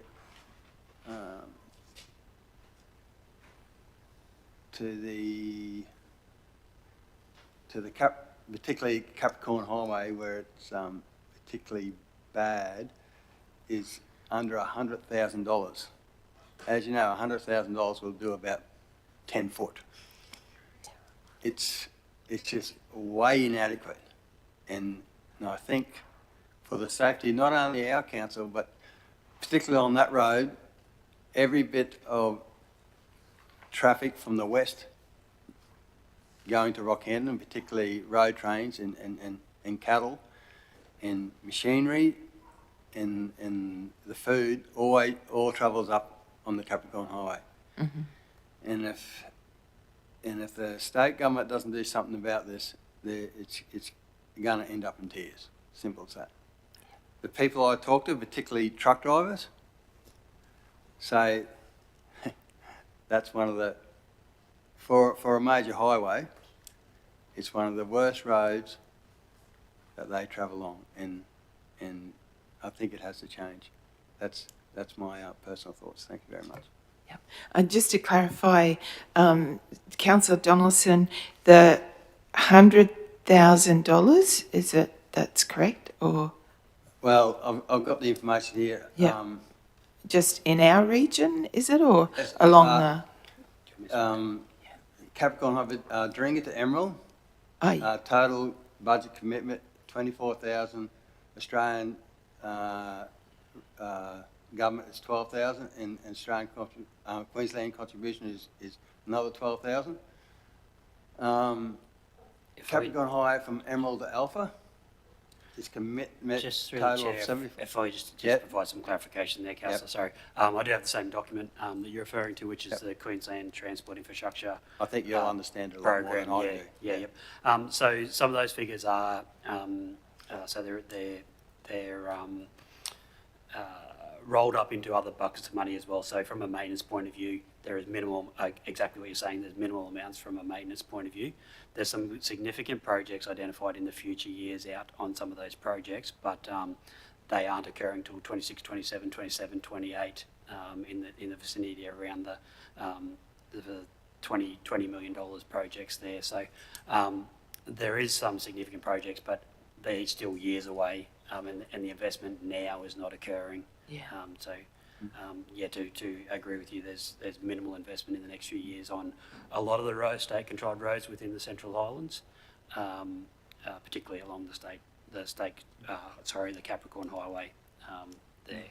Some of the successful advocacy that council has been doing on the beef corridors is some of the other state-controlled roads in there, which we're starting to see. But even those early works packages for the beef corridors, the early works packages are identified in 27, 28, when we're ready to go now in terms of construction and maintenance on those roads. So the motion hopefully will address or get the LGAQ to continue those conversations with the state. Thanks very much for that. Clarifying all that for me, thank you. Yeah, thank you, Councillor Donaldson. Thank you, General Manager. Absolutely, it's not just the Capricorn Highway, it's our north-south as well. It's just crazy. You're driving along the highway and you've just got to keep going down to 60 kilometres and 80 kilometres. We do need better expenditure and investment in our roads, absolutely, in highways. So thank you very much. Councillor Donaldson. Anything else? All good? Okay. Right, well, just our acting Chief Executive Officer is helping me here with making sure I've got these resolutions correct.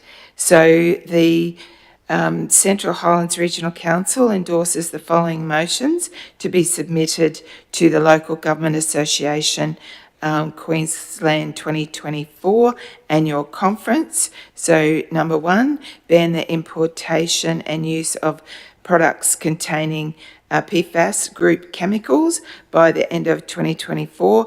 Number 2, they're also listed up there, removal or revision of provisions within legislation that require the discounting of subdivided land not yet developed. Number 3, a safer state-controlled road network through increased funding. So, and now, number... Just,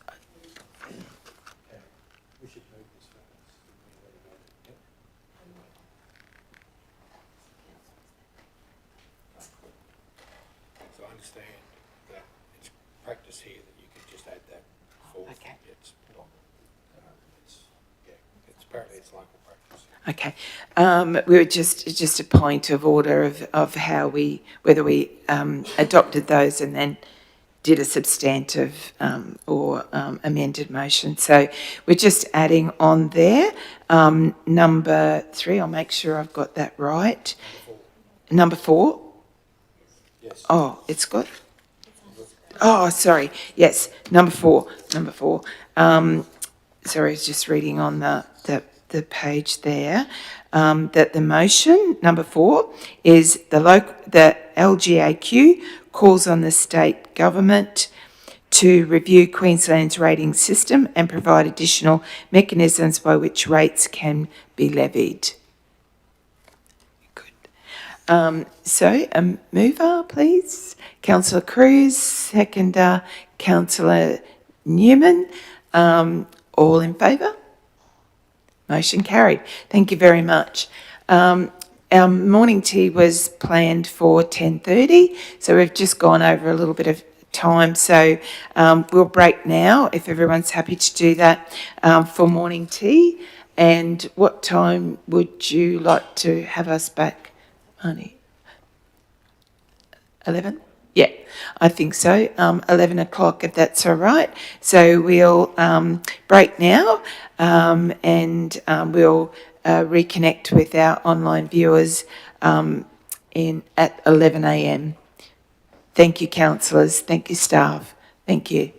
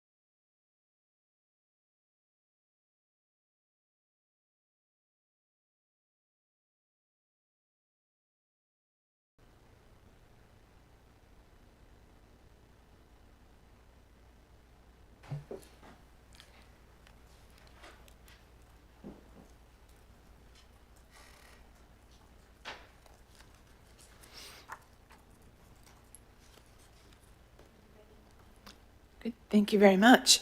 Well, welcome back, everybody. Thank you very much for joining us again. We had a chat through the break. Councillor Donaldson. Yes. Going back to the conference, LGA conference, those figures I quoted were incorrect. Instead of thousands, it was millions. So I'm sorry, I'd just like to let everyone know that. Yep. Thank you very much. Thank you for that clarification. And now moving on to the next item, which is 12.6.2, Local Government Association of Queensland 2024 Annual Conference. So handing over now to Acting Chief Executive Officer Ross Musgrove. Thank you, Mayor. Councillors, as we previously spoke about, the LGAQ conference is on this year in Brisbane. It's the 128th conference, and from the 21st to the 23rd of October. It is custom and practice at all councils to send a delegation of councillors and usually the CEO. This report is about that. So what we have in the report is a recommendation that this council be represented at the LGAQ annual conference in Brisbane from 21st to 23rd of October 2024 by the Mayor, Janice Moriarty, Deputy Mayor Rachel Cruz, and a number of councillors which have yet to be identified, along with the Acting Chief Executive Officer, myself. I'll, through the Mayor, open it up for discussion with the councillors. Thank you. Councillor Burns. Yeah, I'd like to put my name forward for this one. I haven't been to LGAQ conference yet, so I wouldn't mind going down. Awesome. Thank you very much. And Councillor Hindmarsh. I'd like to put my name forward if I may, please. Very good. Thank you. Councillor Wilkins. I'm not really putting my name forward, but I will be in Brisbane on the Tuesday and Wednesday of that general meeting. Is it possible, can I go, like can I pay my way, like if the two councillors are definitely going, can I still go along and pay my way and stuff? Or is that not a thing?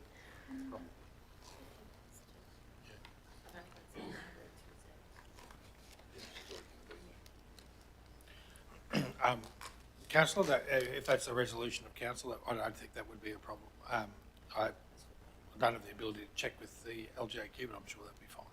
Thank you. Thank you. Just for clarity around that, council will pay Councillor Wilkins's registration, though? Yes. Yeah, I think that's what we were going to check out. Councillor Cypher, if we were able to just do the 3 days as well. So.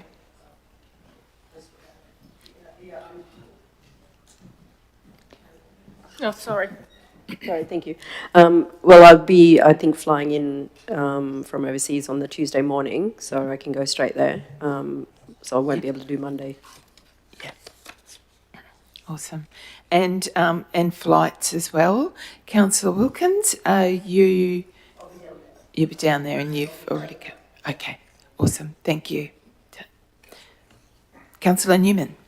I was going to bring up the self-funding option too, but I intend to be down in Brisbane about that time. Yes. And I would like to attend also if possible.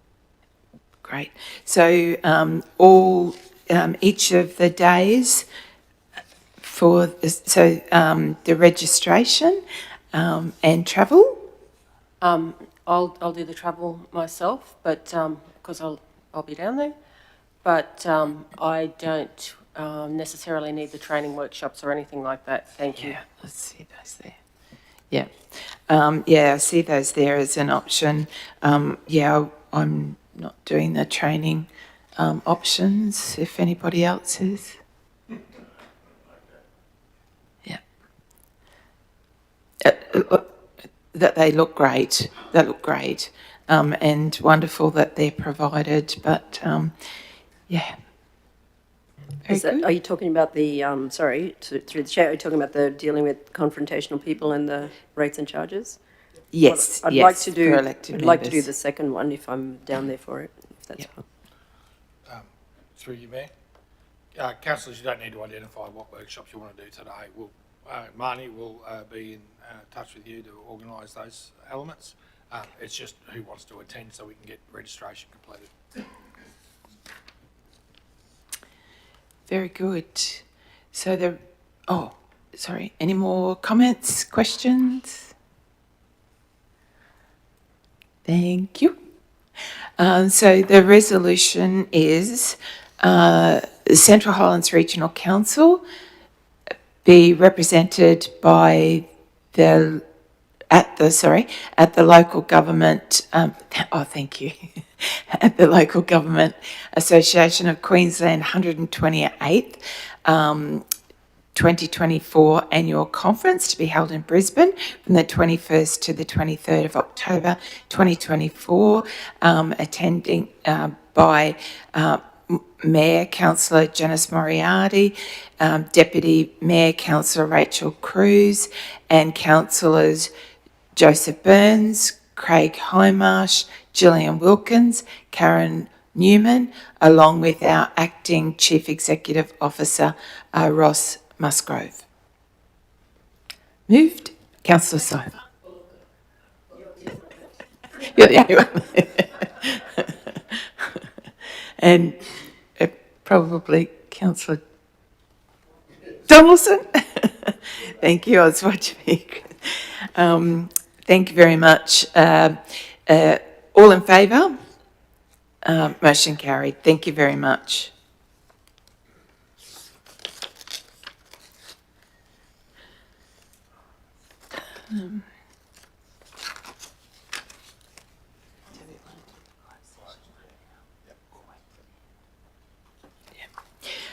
If everyone's happy to do the closed session item now, or just move it to the end, given that we've got a lot of our officers here at the moment.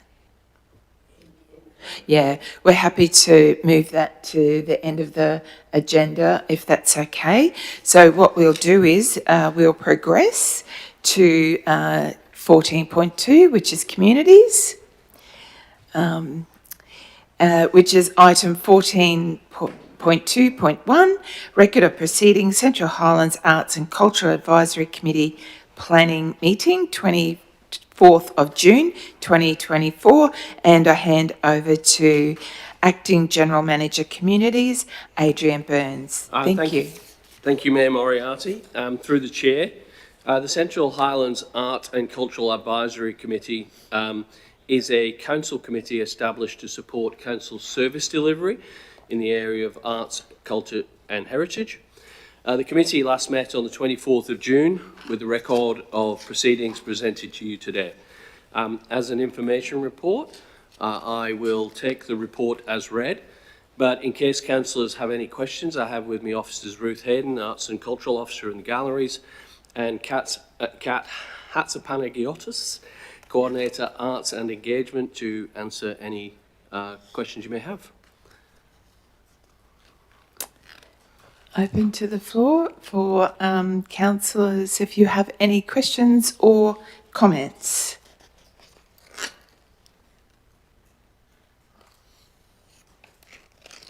Councillor Syther. Thank you. I just want to make comment about Arts Around August, that there's a competition out. We're looking at changing the name, something a little quirky. So there is a, I suppose you call it a competition, where we're inviting people to propose new names for Arts Around August. It used to just be Arts in August, where it become Arts Around August. But if we could have something really quirky, that would be fantastic. So I encourage everyone in the community to jump on the website and make a great suggestion. And there is a little prize. So winner, winner, chicken dinner. Put in your applications, put in your suggestions. Also, I'd just like to make comment in that Arts Around August, we, as a CHRC group, are running an event over behind the, in the art precinct behind the Emerald Town Library. And there's going to be lots of information coming out on that very soon. We've actually started the planning process, and I'm thanking the girls for their help with some suggestions and connections, basically. So thank you, big thank you for that.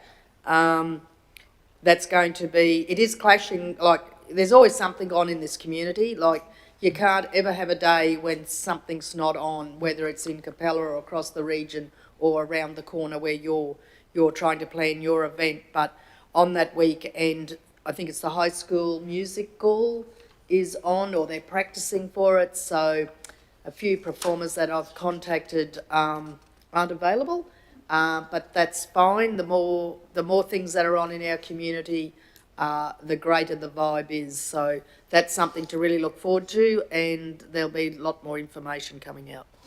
Thank you. Very good, Councillor Cypher. It was like you'd practiced all of that. Especially the winner chicken dinner. That was really. Thank you. And I suppose, Councillor Wilkins, you're also the chair. Am I putting you on the spot? Sorry, if there's anything that you particularly wanted to mention as well. No, I've just really enjoyed these CHRC meetings, and because I do love the development of the arts and culture and heritage. There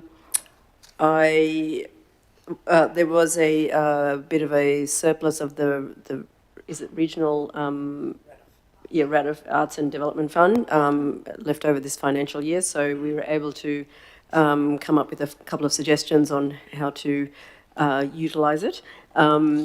And one of them was the markets, artisan markets, which I'm really looking forward to, and also around the time that the Japanese mayor and chairman are coming down, we're also awesome. Doing a Japanese. Is it a few days or just one day? And it'll be probably over at the Blackwater Japanese Garden sort of area, and we have a few activities for for everybody. Yep. Awesome, thank you. That's wonderful. And we are getting very excited to have our chairperson and other visitors coming from Ichinausinki Council to visit us as part of our sister city relationship. So I'm very excited about that, having our international visitors. So thank you for that. Any other comments or questions? Councillor Newman. I'm just really happy to see the renaming of the Arts Around August, because it was quite a mouthful. And I'm not even worried about the chicken dinner, but I'm really glad to see that rebranding is happening. Well done. Thank you very much. Okay, just to put the resolution is that the Central Highlands Regional Council receives the record of proceedings of the Central Highlands Arts and Cultural Advisory Committee planning meeting held on the 24th of June 2024. And we have a mover, Councillor Wilkins, seconder, Councillor Highmarsh. All in favour? Motion carried. Thank you very much. Thank you.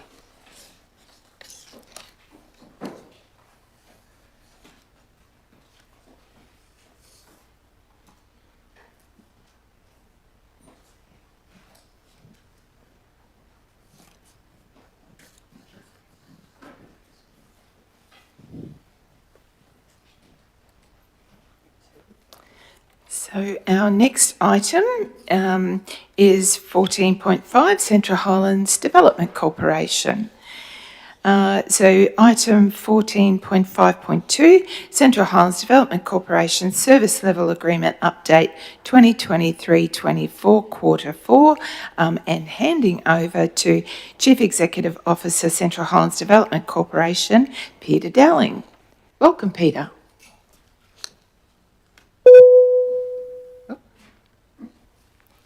Thank you very much, Madam Mayor and Chair. Thanks, councillors and the officers in the room. Appreciate the opportunity. As you'd be aware, we do the regular quarterly update on CHDC, and that aligns with the service level agreement that we have in place with council. So I'll step through, and learning from previous experience, we've got some highlights up the front, and then we go through some other key information for you. Happy to take questions throughout or at the end. Just a refresh for those that are relatively new. That's the corporate strategy, and you can see there are 7 key priority areas and objectives that sit below that. So we utilise that as our base and scorecard for our operational plan, which is the basis for the report. Just going forward, some of the highlights are certainly in that workforce development program, which in previous workshops we've explained is split into 2 key areas of work. So the workforce development and accommodation strategy and the talent attraction campaign. A lot of work taking place across that program. We've established our workforce and accommodation collective, so consider that a working group to drive the strategy. We've had 3 meetings, they're on a monthly cycle, and they're all going well. Thank you to council and particularly Marnie for helping us out with room arrangements. We had a big meeting last week here at the executive meeting rooms, and it was a focus on childcare. So we had a lot of the childcare providers in the room as well, or online. So that's progressing well. We've also had our display home open now for some time, and we've probably had in excess of 80 visitors. The first actual public opening session itself had 50 in one chunk, and our officer, Deb, the Regional Development Coordinator, Deborah Barnes, she is sitting out at that venue 3 days a week just for a period of time, just to give the opportunity to the public and any other interested parties to come through.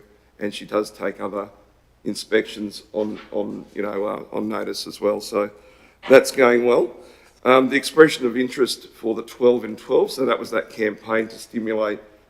Sorry, question? Sorry, yeah, I have a question. Sorry, when you say it's going well, like say the childcare thing, are there actual strategies in place, or there's actually a childcare facility being planned, or is it the meeting went well? The meeting went well, councillor. The crux of childcare is not necessarily building new facilities. It's more around filling those facilities that are in place now, which then requires that combination of having a qualified educator, and then that comes with the compounding impact of accommodation availability for those educators. So those are the issues that are being discussed. What we did focus on is there's a group called Astute, and they've underpinned a program in the north, in the Isaac region, which is called the Childcare Leadership Alliance.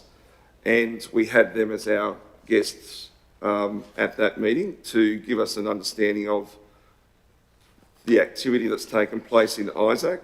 So they have attracted quite a number of visa-related workers into that community, particularly in Moranbah, to alleviate the educator shortfall that they have in that community. So we're looking at other models that are working and seeing whether there's applicability to our region. And that was the crux of the discussion last week. So it's kind of like there a timeline to, progress it or anything like that? Or like what's the next step, I guess?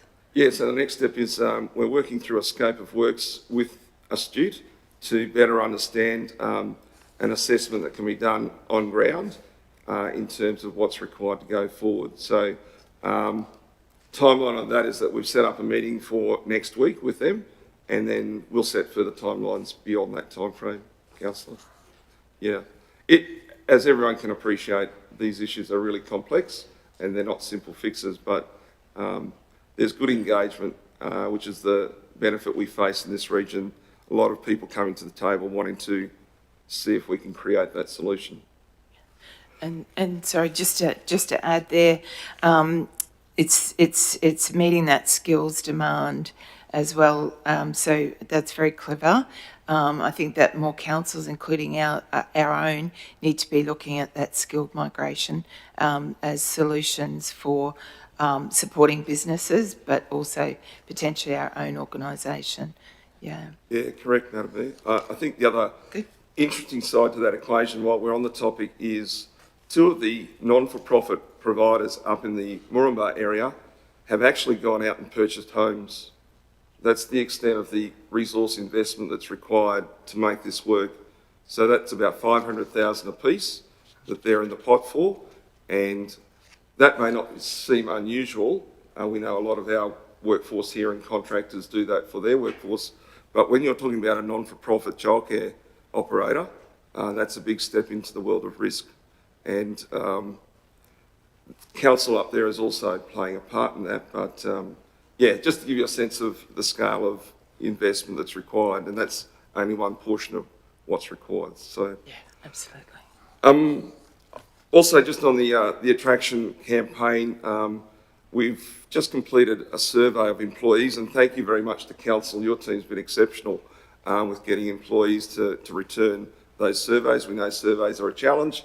We've got in excess of 400 collectively, and that helps our contractor go away and give them some direction in terms of their strategy with the campaign. So that's taking place at the moment. And then in August, we'll start filming some of the videos that will be part of that campaign. So that's taking place in the near future. Awesome.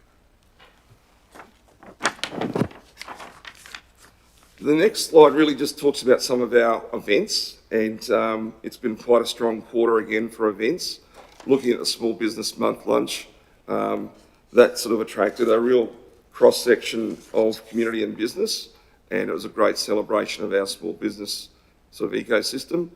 We've probably got about 68 people in attendance there, and the next event was oversubscribed. We had about 110 in attendance there, and really pleased not only with the event, but really importantly, that major projects register and the package of that information for our external and internal audiences, and that's been received really well.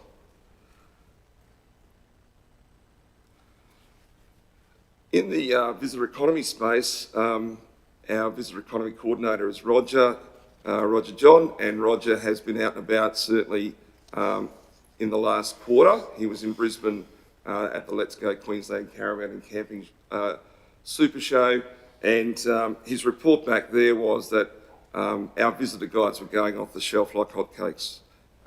He was near the Queensland Country Tourism stall as well, because they're our regional tourism organisation, but he was just saying that our visitor guide was really well received and went out in quite a volume. So pleased to see that. We'll see, whether that translates into visitors over time. Very hard to get that connection sometimes, or the causality. But that's really pleasing. He also went down to Toowoomba for the launch of the Queensland Country Tourism's Destination Management Plan. So that's a big piece of work that they do, and they did come into region up here and collaborate with us, not just us at CHRC, but stakeholders. And we use that document as a bit of a baseline for some of our work that's going to go forward as well.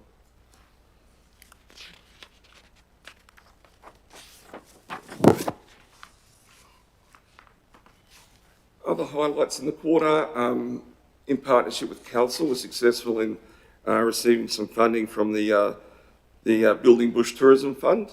So that's looking at geo-trail signage and working with Council at the moment to define how we can work in partnership to deliver that program of work. So thank you, Adrian, particularly, and his team for those ongoing conversations. So they really focus on the interpretive trail out at the Gemfields, as well as the Dig the Tropic signage. So we're working on those at the moment. Can I just clarify that? Because we were talking about that when we had our community consultation in Sapphire, probably not so much in Anarchy, but definitely in Sapphire last week, and the community were asking about refreshing those that signage. So it was great to have our chair of the CHDC board and board members there to help share some of the information. But that's awesome. Yeah, the audit to put the application together identified approximately 50 signs. Okay.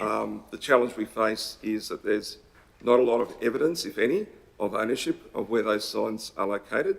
So that's a challenge we will face going forward, is defining the ownership. So that's where we're working closely with Adrian's team and others. So just a question on that, is there no documentation of the original project for the interpretive trail, or is it Dig the Tropics? I'm not sure. I'd have to take that on notice, to be honest. Because Dig the Tropics is very old. It would go back to the ownership of CAP Enterprise. They were the ones that did find the funding for that. And the interpretive trail was council and federal funding. So it was a council project. So that should be internal. It's not that. It was back in 2017, I think it was launched, 2016. That should be very easy to find here because council contributed to it. It was federal funding through Ken O'Dowd. So that ownership of that should be very much available within council. Dig the Tropics, maybe not so, because it was a CAP Enterprise project. And that's the groundwork that we are doing. So thank you for that, Councillor. It's really important for us to try and define that before we get into any works. So that's a really good outcome. Frontier CQ Innovation Roadmap, we've shared that with Council before, but that's going forward, and there's some imagery there of some stakeholder engagement with Kestrel Coal Resources and Swarm Farm Robotics, but our contractors are going far wider than those organisations as well. Sorry, through the chairs on that as well. With the innovation roadmap, you were going to organise through Marnie a presentation and workshop with council? Yes, I haven't nailed the date yet. We're still working on that. We're still working on that, good. Yeah. So there's a challenge of getting into diaries for all of us, I think, at the moment. And traditionally we do our business networking activities, and that was the most recent one at Hops and Vines, and we had about 20 in attendance there, which is probably at the top end of your numbers. You can get anywhere between about 12 to 20 at those events, and they're really good networking opportunities. The next area is just some great work that's been done through our team, and particularly our board. So celebrating Volunteer Week. I know it's a little while ago, but it is in this quarter, and particularly getting out to our satellite, what I call satellite visitor information centres or services. And I think it was really appreciated by our volunteers. They certainly gave me direct feedback, and our team members, of the value that they placed on us as a collective, giving them the recognition that they duly deserve. So thank you again to those involved. And of course, Beef Australia was held in this quarter just gone, and we attended that and engaged with a number of ministers, both at the federal level and at the state level, and tried to be that connector between some of our businesses and those government bodies. Also wanted to update just on the staffing side of things. So we do have, in this quarter, it's quite a collective really of our new board members as well as our new team members. So Lisa Ferguson's our new administration officer, and Jess Davison, our new agribusiness development coordinator. So we welcome them in that quarter as well. Stepping into the scorecard, I just tried to give you an overall annual review. So 92% are complete, those actions in the scorecard. And it just breaks down, the number of priorities, objectives, actions, what's complete and what's for carryover. And these are the ones for carryover. So importantly, we have put the majority of those into our operational plan, which is due for endorsement by our board this Friday at our board meeting in Brisbane. So there are a number there that are related to tourism. So we do intend to do a renewed strategy for tourism. We were waiting particularly through the season to get through the season, but also importantly, as I said, the destination management plan for our RTO was important for them to get that out first, and we'll align with that. As I've said before to council and officers, we previously did have 3 tourism strategy groups, and we are looking at aligning that into one for simplicity and for effectiveness. But again, that will be part of the strategy refresh.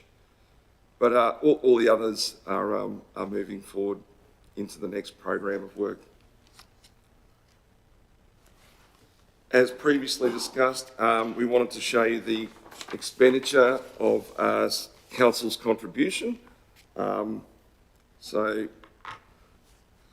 as per the last quarter, from my recollection, we had an underspend of around about $388,000. You'll see that the underspend is still there, but it's $291,625. So that has changed a bit in that quarter, which is pleasing. But importantly, those areas of underspend are in that staff remuneration area. I think I explained at the last quarter the difference between roles and the time frame between actually recruiting and bedding down a role can really have an impact on your funding arrangement or what you've got in the budget for remuneration.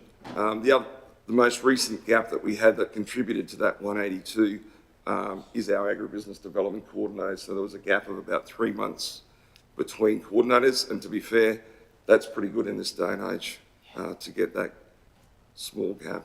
We've had periods of 9 and 12 months before, unfortunately. Yeah, I think council's experiencing the same thing as well. Yeah, it's a challenge. Most businesses are. Yeah. The other 2 areas of underspend are in the overheads or the operating costs. And as per our previous quarterly report, the areas of underspend haven't changed dramatically. There's still those sort of core areas that we had previously. And then the other area is our projects. So that's come down a bit in the project spend area, which is pleasing to see.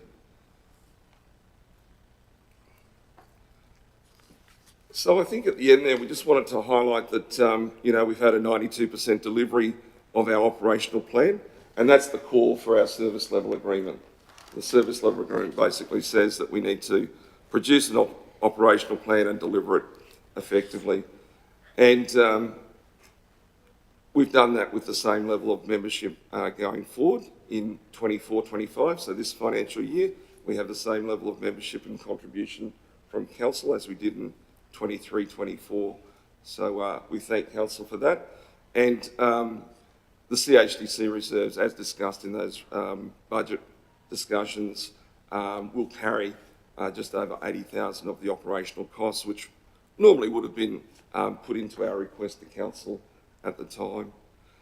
With regards to the reserves, these are some of the areas of consideration that we have in terms of utilising them effectively. So we don't just use reserves because they are reserves. So we've got a workforce development and accommodation strategy, and the implementation of that still requires support from our contractor. So we have allocated some dollars towards that. The talent attraction campaign implementation, what we'll see in September, October is just the first level of what's possible. What happens beyond that is up to us collectively with council in terms of whether we want to resource another stage of that campaign or not. So that'll take some consideration. And then we have other implications in terms of more operational stuff, communication support, as we have a part-time officer doing that work and is quite overloaded at the present and has been for months. SharePoint hub implementation, so we're one of the first across council, we're on council's system, to look at a hub approach in terms of SharePoint and its utilisation. And then there's a variety of other important things that we need to do. The independent directors' sitting fees we need to review. They haven't been reviewed for 4 years, and they will definitely have an impact on the budget. And then there are some other really good pieces of work that we'd like to do in externally showcasing our region from an investment perspective. So that just gives you a feel for the types of considerations we make around the utilisation of reserves.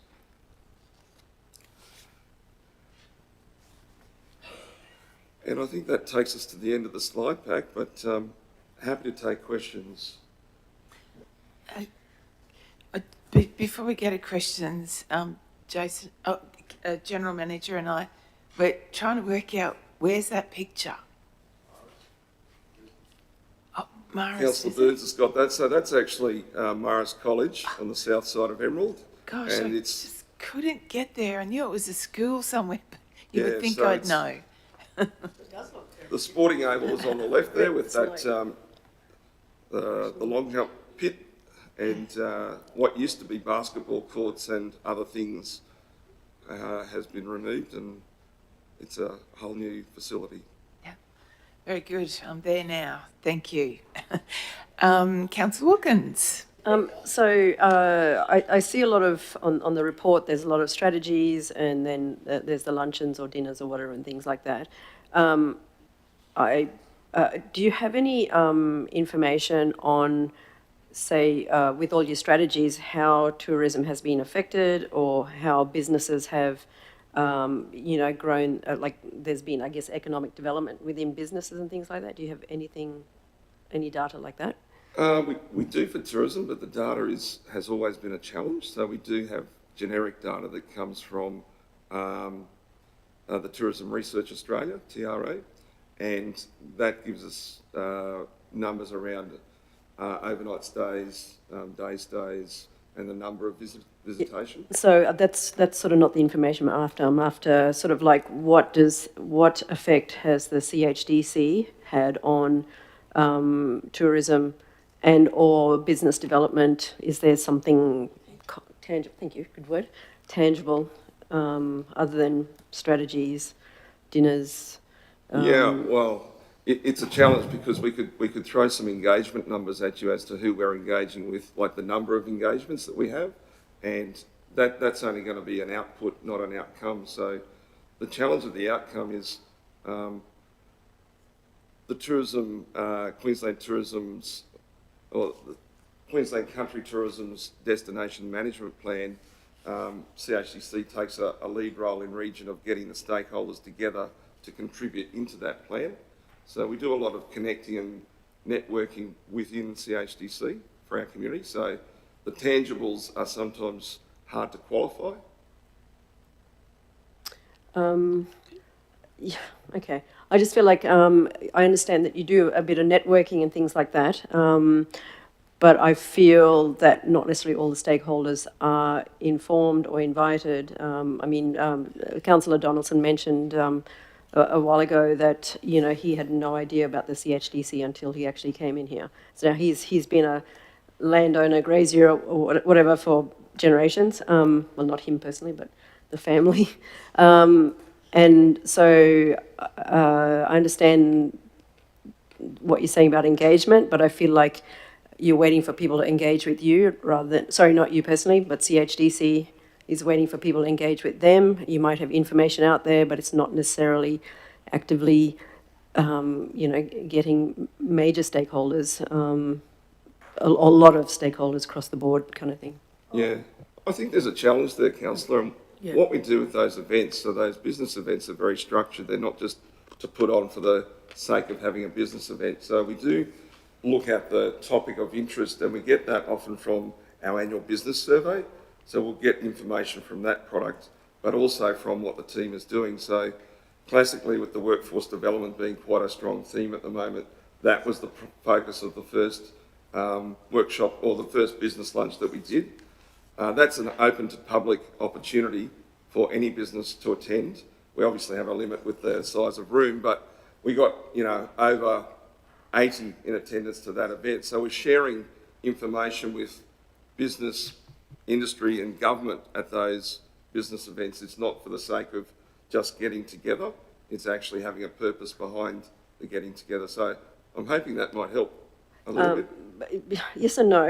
I look at businesses like say being a veterinary business. I don't necessarily see that it sort of relates to something. I've been to one, so it's not a very good statistic. But to me, I don't see how it necessarily would be great networking for that sort of industry or hairdressers or something like that. So those industries were at that particular business luncheon, and they were there because of the topic is so prevalent across all of our business and industry. So workforce development and the recruiting that we require in our region is not, in one sector. So I know a vet that was there that day. I know a hairdresser that was there that day. So it's a 50-50. We can put the opportunity out in the marketplace. So we're being proactive, but then we need business and industry and government to take up the opportunity too. So it is a two-way street. Councillor Sypher. Thank you. I'll just speak to that as well as Chair of CHDC. I really do get where Councillor Wilkins is coming from. I have asked that same question over many years, and I think as a relatively pretty much new board, there's only, I think, one remaining old member on the board, which we'll hope he stays. But I think as a board, we need to understand what council is seeking, the type of feedback, the type of results and outcomes that council is looking for, because it has always been an ongoing question. Whether it is that it is not the role of CHDC to have tangible outcomes, we need to be clear on that. And I think as a new board, we will actually get to talk about that and establish that in connection with council. So that's just my response to that one. I would like to highlight a good time story. I'm not sure if you've all opened your council leader booklet that councillors would have received in the mail. But there is a great write-up in that on the workforce accommodation strategy and the housing needs. So that was great to get that right up on that incentive in this booklet. I thought that was a great coup for CHDC. Okay. So if you haven't already opened it up, or if you've thrown it in the rubbish bin, please dig it out. Please read it, because that is a good news story. Articles like this get us out in the big wide world. Every council reads this. Well, I'm sure every CEO does it here. Yeah. But yes, we do get beyond the boundaries of Central Highlands Regional Council limits. So this is the sort of articles. I don't even think you knew it was going in there, Peter. You didn't know. So it wasn't driven by Peter, but it made it in there. So that's a big coup, and thank you. It's a great incentive. I'm very passionate about that incentive, so thank you. Oh, awesome. Thank you, Councillor Sypher. Councillor Cruz. Through the chair, I was probably just going to talk to the tangibles as well. I guess, it is a little bit hard to quantify at the moment, but I did have the opportunity of sitting with Peter and a number of other people earlier this week with regards the state of health and the CH Resources Roundtable. And obviously issues discussed there were obviously about housing and how to attract, health staff into the region. And one of the things that Marsha Abbott did mention during that meeting was actually going around and having a look at the modular house that CHDC, Duke and Kestrel have put on there, and sort of highlighting it as a possibility to sort of send back to the powers that be in her sort of neck of the woods about the possibility of trying to circumvent the housing issue with that. So that one idea is sort of connected that. So hopefully it does result in something tangible, but without the house being there, it couldn't happen. So I just wanted to highlight that one issue. Very good. Thank you very much. Councillor Newman. Also, in regard to the tourism space, that funding has just been obtained and that project was discussed out at Sapphire. So I was involved with that project, and I intend to work with the General Manager of Communities and with CHDC, hopefully, to progress that project. And I do intend to be more actively involved in that space. On another note, Awesome. I did witness a new build that has been progressing in the last 3 weeks. Oh, very good. Yeah, we can't count them all, but we will. No, it's a great point you make, councillors, and we always want to have conversations with you and the officers as to, your requirements of CHDC, and happy to take that forward. Sometimes I find it a challenge to quantify in this forum here and now, because there are lots of things that are happening that are connectivity and networking behind the scenes of putting some landholders together with some builders and opportunity, but that may not come off for 12 months. And so it's not as easy to articulate that all the time, but have to look at ways in which we can give you confidence in us. Awesome. Oh, thank you very much. Thank you. Really appreciate that. Motion. I've got to read out there. Sorry, I was getting a bit carried away with digesting all that information. So thank you very much. The motion is here somewhere. Okay. The Central Highlands Regional Council notes the Central Highlands Development Corporation's quarterly update for the period of April to June 2024 in accordance with the service level agreement between the organisations. A mover, Councillor Seifer, seconder, Councillor Burns. All in favour? Thank you. Motion carried. Thank you. Thank you.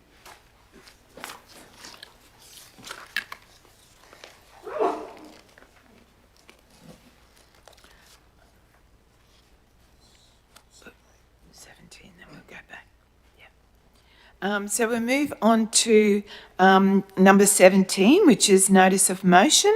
Notice of motion submitted by Deputy Mayor Councillor Rachel Cruz. Thank you, through the chair. So I guess a little bit of background and sort of a preamble to this. Council should always focus on minimising any waste and making sensible savings where it can to safeguard frontline services. We now have councils should, I'll start again, sorry. Council should always focus on minimising waste and making sensible savings where it can to safeguard frontline services. We now have a new acting CEO who, with fresh eyes and experience, may be able to identify areas where further efficiencies could exist. The intent of this motion is that it is an enduring edict, so that whoever is leading our organisation operationally, be they acting or fulfilling a permanent role, knows this council's intent is on being effective, efficient and informed. Likewise, it shows our communities that we will still strive to leave no stone unturned to ensuring that every dollar is spent wisely. It is also about including our organisation's staff, who in their roles are the most informed and when performing their duties influence our organisation every day. It's our staff who may hold one of the alternatives that may be more effective, efficient, could become best practice and ultimately positively impact on Council's operating and capital expenditure.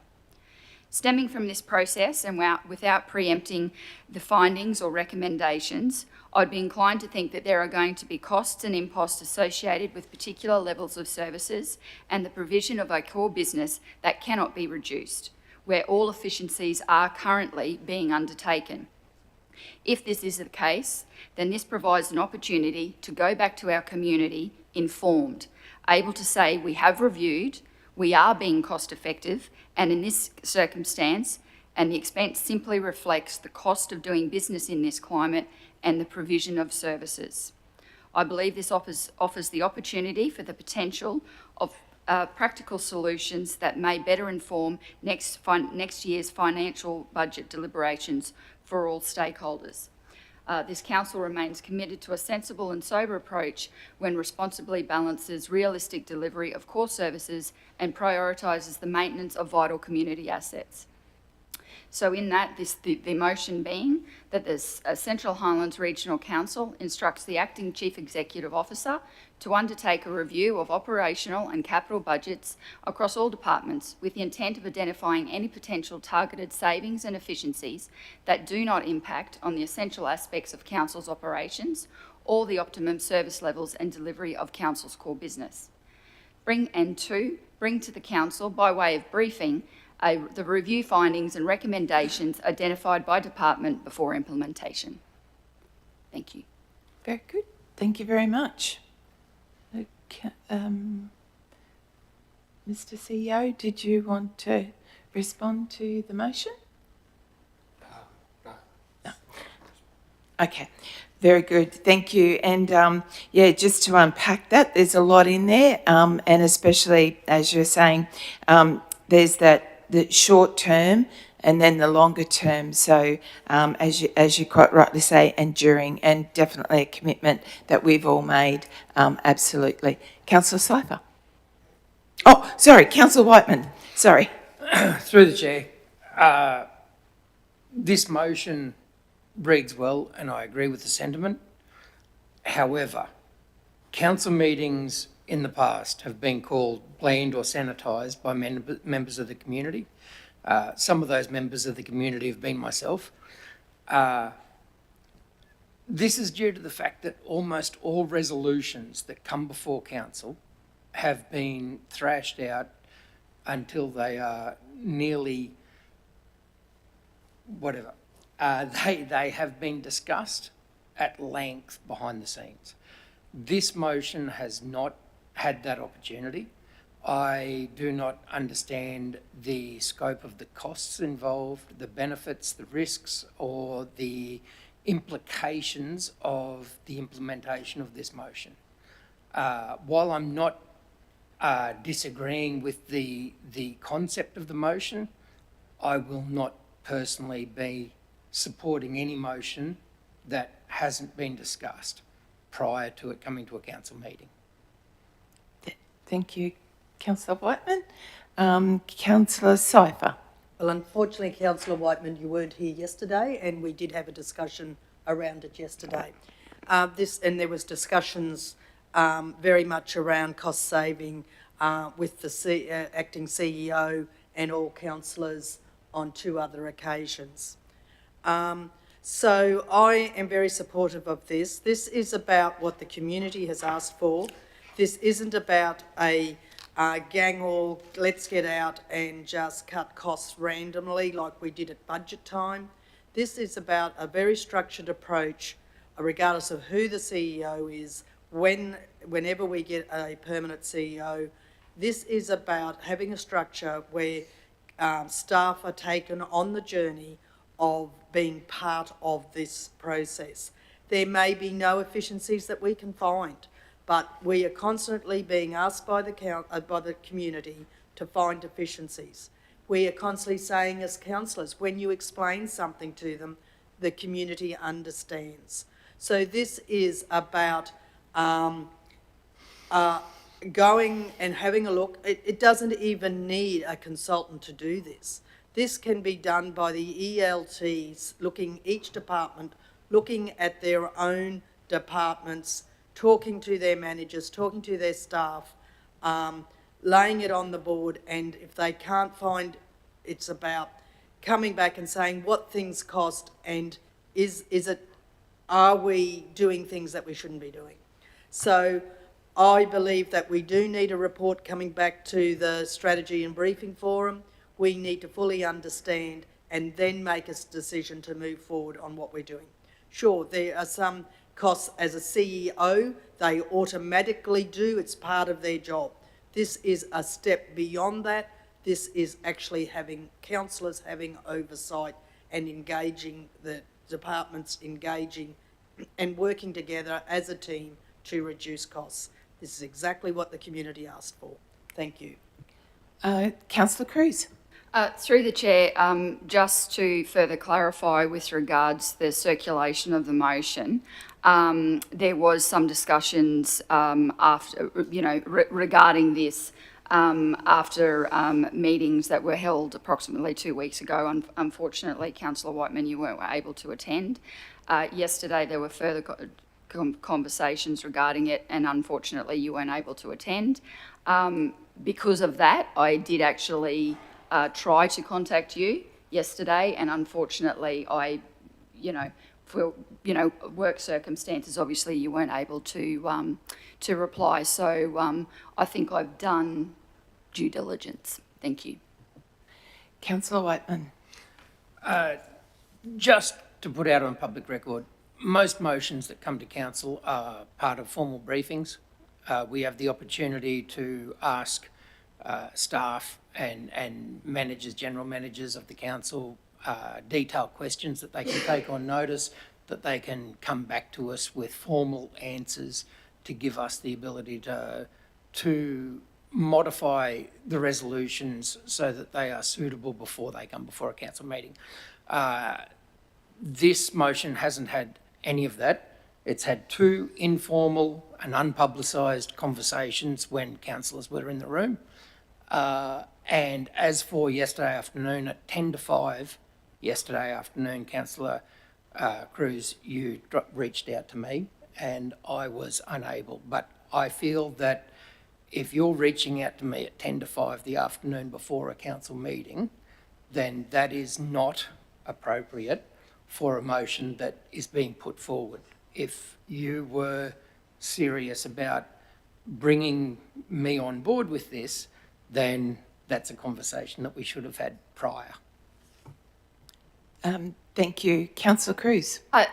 Just through the chair, I'd just like to clarify that this motion, put through as a notified motion, was included in the agenda and was part of that agenda that was put out on Friday afternoon, as with all the other motions. Councillor Wilkins. Oh, am I next? Sorry, thank you. So thank you for that. I do concur with Councillor Whiteman that we have not had a discussion about this. The first discussion, Councillor Whiteman was there, and it was a casual, very casual, put forward that the CEO said that he thinks that a motion like this would show transparency, and that's only point number 1, and it wasn't actually a review. It was that the councillors pass a motion for the CEO to identify any potential targeted savings and efficiencies and actually go ahead and sort it out. It wasn't a review of the operational capital budgets across all departments. My understanding is that it is within the CEO's remit to do that without, as part of his job, without actually having to have a review of it all or bring to the council by way of briefing. The meeting yesterday was at the spur of the moment. It wasn't a briefing as such. It was just bringing forward what the notice of the motion was about. I was there for both of the meetings, and I personally feel that there wasn't an opportunity because it was rushed in between meetings and we didn't have the opportunity to get everyone's viewpoint on whether this was suitable or not. And I also question how long will it take to undertake a review as point 1, and then furthermore, how long will it take once the review is put forward? Then how long is it up to us then to decide whether it's okay for the CEO or not to do certain things? I feel that I know it's well within our rights as councillors to decide on what the CEO can or cannot do, but part of the councillor conduct is that we cannot, I know this is okay and this is legal, but a part of the councillor thing is that we cannot tell the CEO or anyone else what to do. Only the mayor can tell the CEO what to do. To me, this is like a collective telling the CEO what they can or cannot do. Whether that's, I know that's legal, so I'm not, please don't tell me that's legal. I know it is, but to me, it's almost like compelling us to say, tell the CEO what to do. Thank you. Thank you. Councillor Seifer. Thank you. This is all contained in the corporate plan. So this isn't anything new. This is already in the 22 to 27 corporate plan. It's all documented in there. This, the corporate plan. And more operational. To do a review on operational, I haven't got the wording specifically here, but I might call upon the manager, the GM of governance to actually identify the actual wording in the corporate plan, please. So through the chair, in relation to the operational plan for this current financial year, 24-25, there's a strategic improvement initiative that was identified in our workshops and then adopted by council that reads as the strategic improvement initiative has been identified to reshape the way council operates and to create efficiencies. The strategic improvement initiative puts Central Highlands customers at the centre of decision-making considerations and looks to continuously improve how council delivers operations. And the outcome is to identify and implement approved initiatives that will achieve more efficient, effective and responsive operations. Thank you. So all this is doing is reinforcing what's there. In a briefing, a strategy and briefing, it is not a decision-making process. We don't have to wait for council to approve it. It is actually only councillors having oversight. So it's nothing to be afraid of. It's something that has already been endorsed previously. We're just putting it in as a notice of motion, which is the right of any councillor to do so. And that's what Councillor Cruz has done. I certainly support it, but if it doesn't matter whether you support it or not, it's in there. By supporting it here, you're simply reinforcing it, and the community will know through our better knowledge by a review and updates, we will be able to go back to our communities more effectively to let them know exactly where the savings are or where savings can't be found. It's not something that we've just created out of the thin air. Thank you. Councillor Wilkins. From what, thank you, Mayor Marriott. So through the chair, what General Manager Knudsen was saying though is, I don't think, yes, it mentions a review and that we are looking at efficiencies and things like that, but the wording here is not the same. And if it's going to be done anyway, why are we having to do this? And I think this is such an important, I cannot stress how important it is that a decision that's going to be made here, that we need to really have a discussion beforehand. And I also say this because being an inexperienced councillor, I do not necessarily know the consequences of this motion, and I'm very reluctant to support it because I feel that there's so many consequences here that I may not be aware of. Thank you. Councillor Hindmarsh. I feel, in my opinion, it was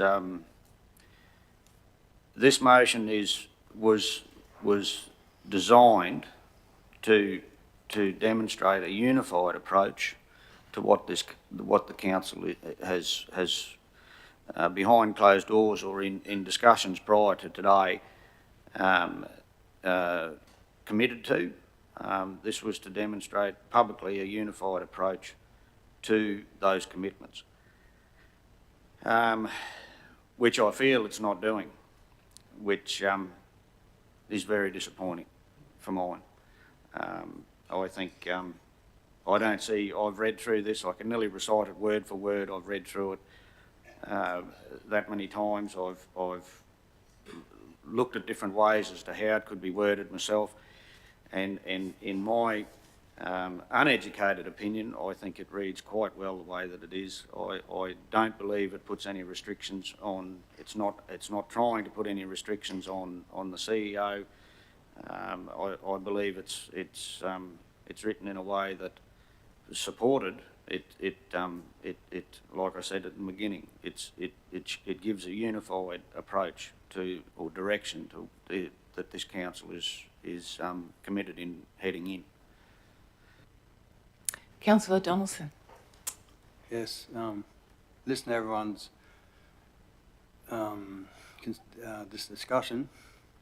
I concur with Councillor Hindmarsh. I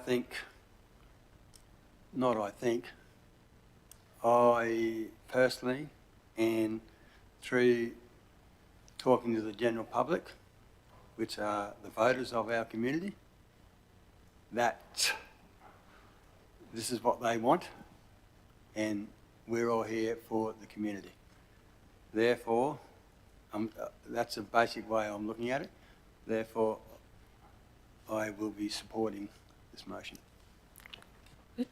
Thank you very much. I think just listening to everyone having different views, one of the reasons why we did get to talk about this yesterday was because it was impromptu pulled together, because a lot of us had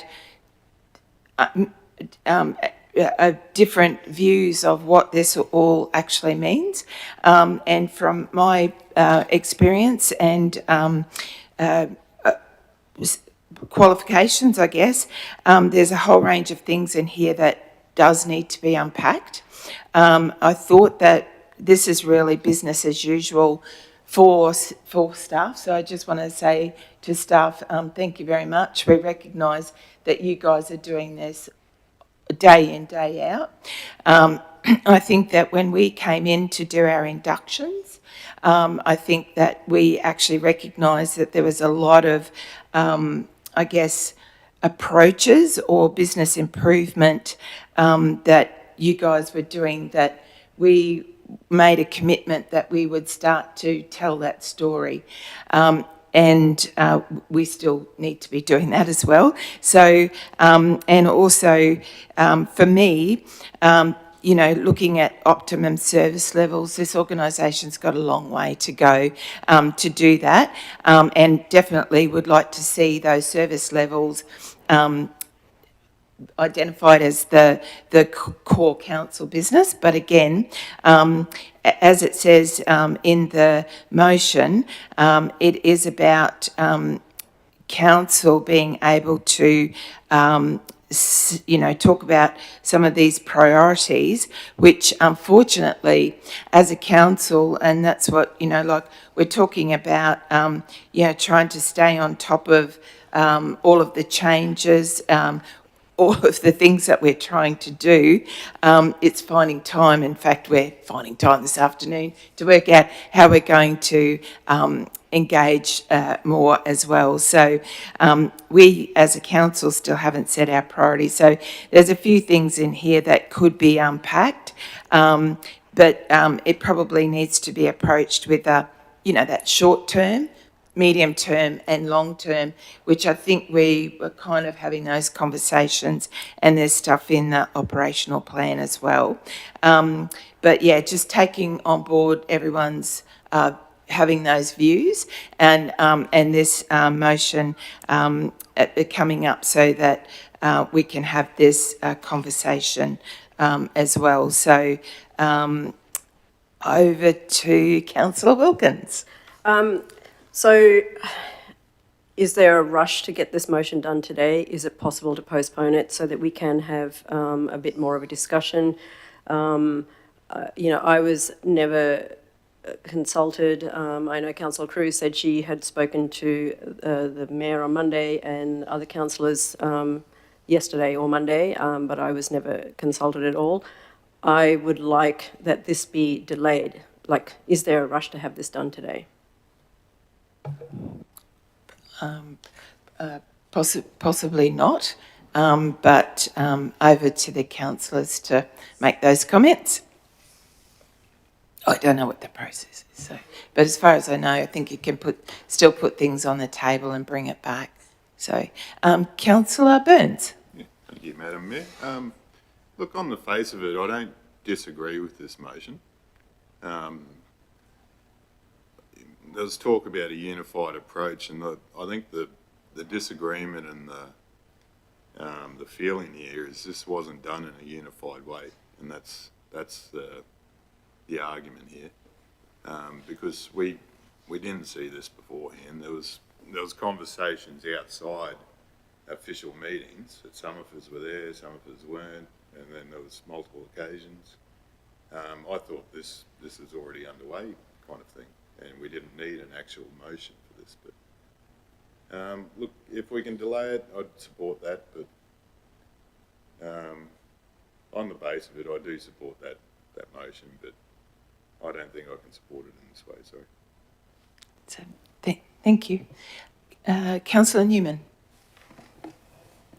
On the face of it, I think this just reiterates what we're currently doing. Maybe it needs some finessing of the wording if people are uncomfortable with that.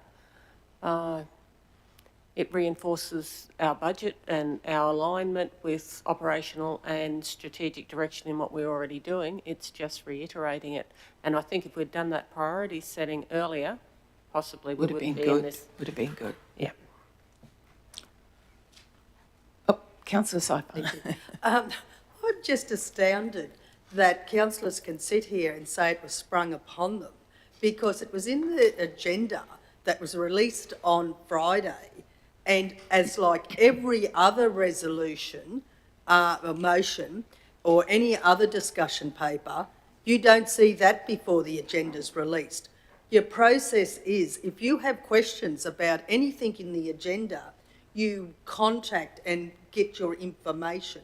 So are we now going to argue that we should not have actually endorsed or supported or allowed anything else on the agenda because you only got to see it on Friday? If you don't read your agendas, that's not our problem. That is your problem. And don't say it was sprung on you when it was published to the public. This is in the public arena. It was published to the public.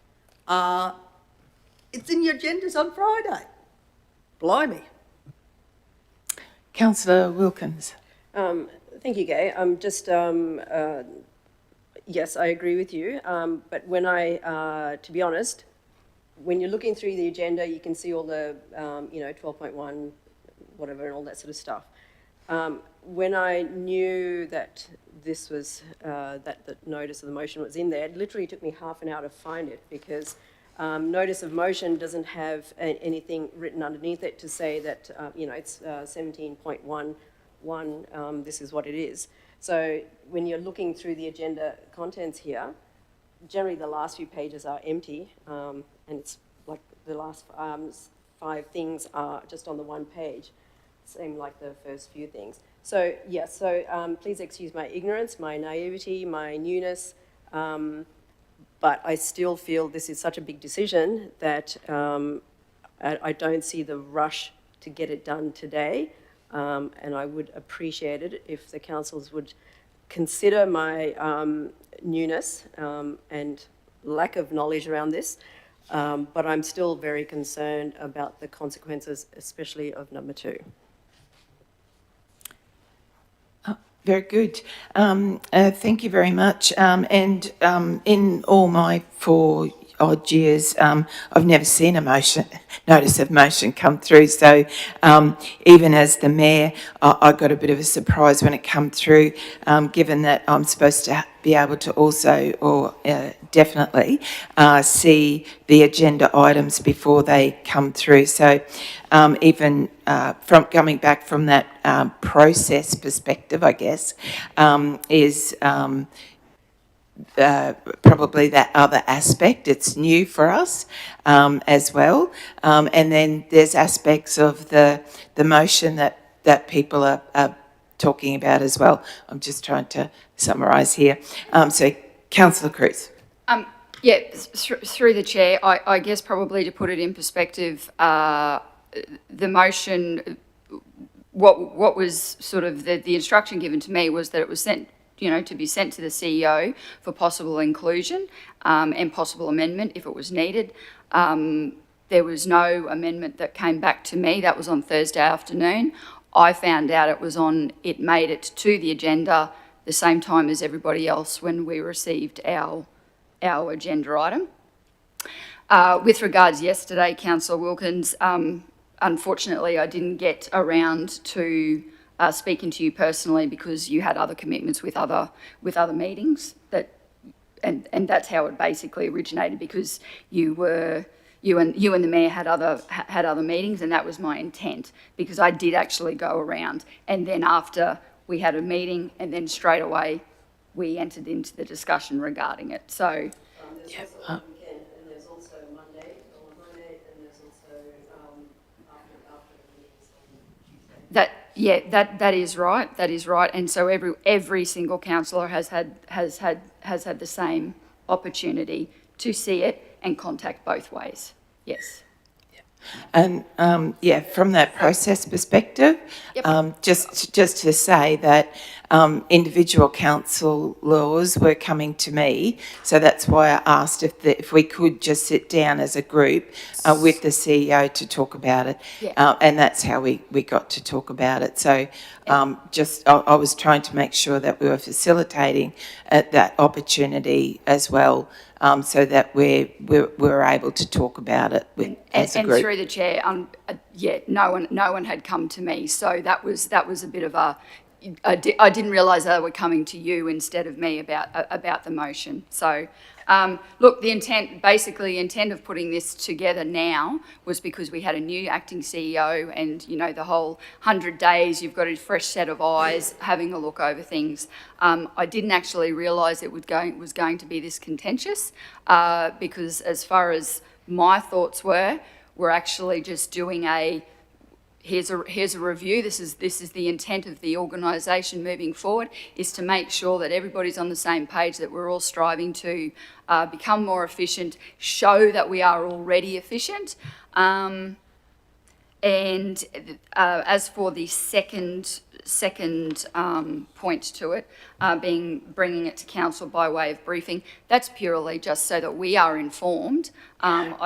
I don't see that as, stepping on the toes or overstepping our role in the organisation. It's purely for transparency, and so that if we are able to assist the public in sort of knowing what's happening and showing that we are actually, practising our values rather than just professing them, that was purely the intent. But I'll leave it at that, and yeah. Thank you. Councillor Wilkins? Sorry, sorry to belabour the point, but that's, I thought, what kind of like the CRGs are for, is to, kind of go out there and sort of inform as well, consultation, not CRGs, the community consultation, or, you can obviously personally talk to people. Referring to what Councillor Donaldson was saying of what people, and Councillor Hindmarsh, about what people want, I would say that they do, the community, I would say that they want to know whether targeted savings and efficiencies, savings and efficiencies have been targeted.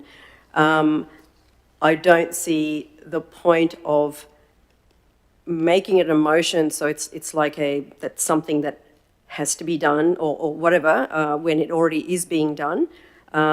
Certainly, and also the recommendation is before implementation. For me, that's going to stall a lot of things that can be just ticked and flicked, and then you have to do a review. So things that are going across the CEO's desk right at this point in time, where he needs to make a fairly quick decision, it cannot be done because we have to do this review first, and then we have to see it. And when are we going to see it? Is it just via email, or are we going to have discussions about it? And then, to me, that's delay, and then unnecessarily delayed. I think there certainly is a need for transparency, which for the community, fantastic. But I just think having to have a review and then so the CEO has to undertake a review, then it's got to come to us before anything is done. How often are these reviews going to take place? And yeah, to me, that's just going to be delay upon delay upon delay. And then, so then we go out to the community and go, it's being reviewed, but we don't know what's being done yet. Okay, thank you, Councillor Cruz. Yeah, through the chair, I guess the intent was that, as I said, that it was it's enduring. It's a review that is constantly evolving, no matter who is sitting, in the role of CEO or who are sitting in the, we also have 2 acting GMs as well. So there are other sort of new sets of eyes. So that was the intent, that. To provide, I suppose, that consistent nature. So whilst since December, we've had 3 CEOs sitting in that chair, this is sort of probably a little bit of that consistency in that this is the council's consistent approach. I would probably say, so the CEO may have already been making decisions and highlighted any efficiencies or savings that he may have done already. Simply that the last part of this is just giving us a briefing by way of whichever is easiest for the CEO to give us the information. We can then say, isn't this a wonderful thing? It's just probably closing that loop. So if this, yeah. Yeah. Okay. I'd like to move the motion. I think that there's still some more discussion going. I've already moved it. So you've moved it. We can continue to have discussion as well. So just in... seconder straight away, and then you have the discussion. So who's a seconder? Rachel, you're going to second it? Okay. So when we move into our discussions now, we've got the motion provider. You have a say. As such. It's been seconded as such. It should be put to the floor. It should be asked for 1 speaker. The mover should speak to it. But I think that we still can add what we want to say as well. You might want to confer to governance.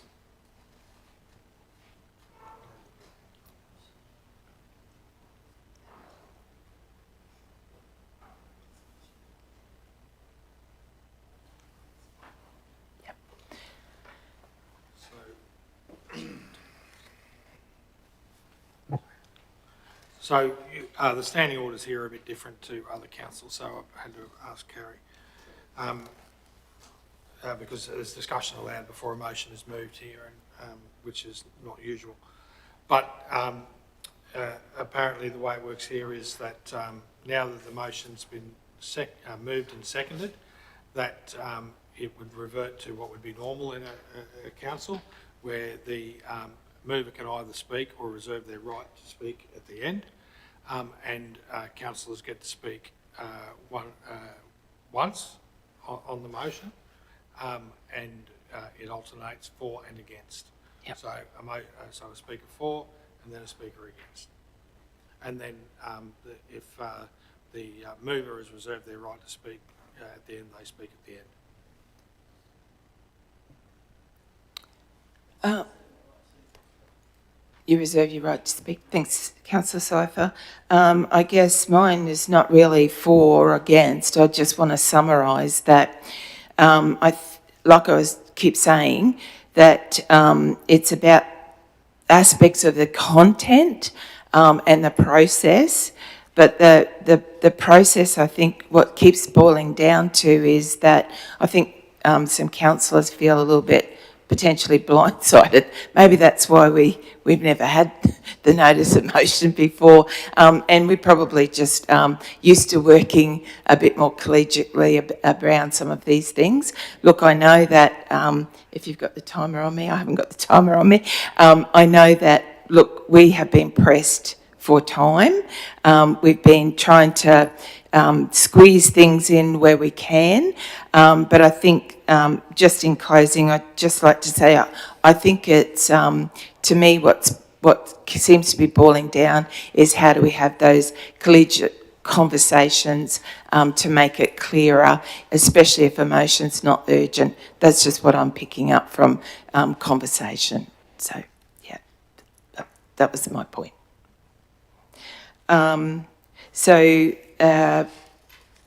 The motion has been put.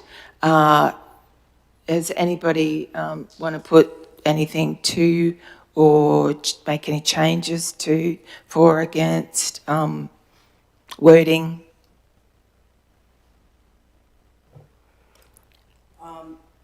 You can't change wording without that. Okay. Right. Once it's moved, that's it. So, councillors, amendments can be moved at this point.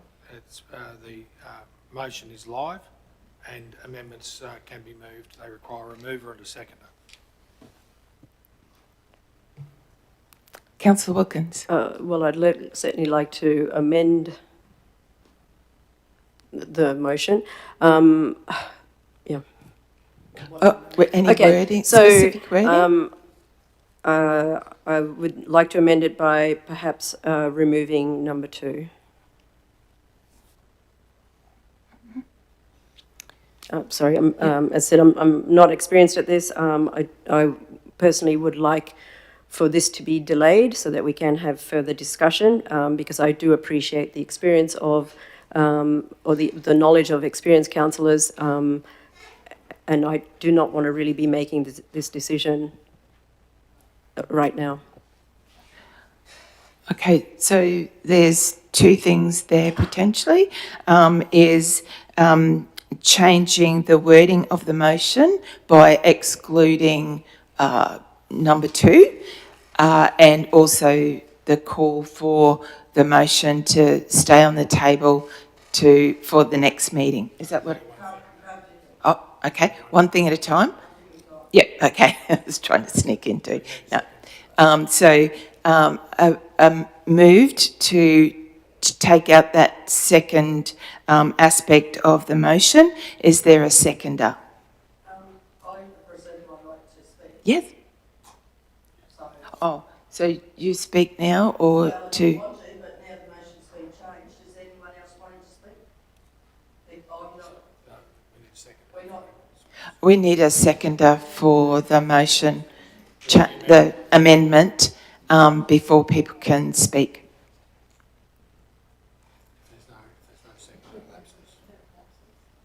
If there's no seconder, it elapses. Okay, reverts back to the original motion. Yep. And your right to speak, Councillor Cypher?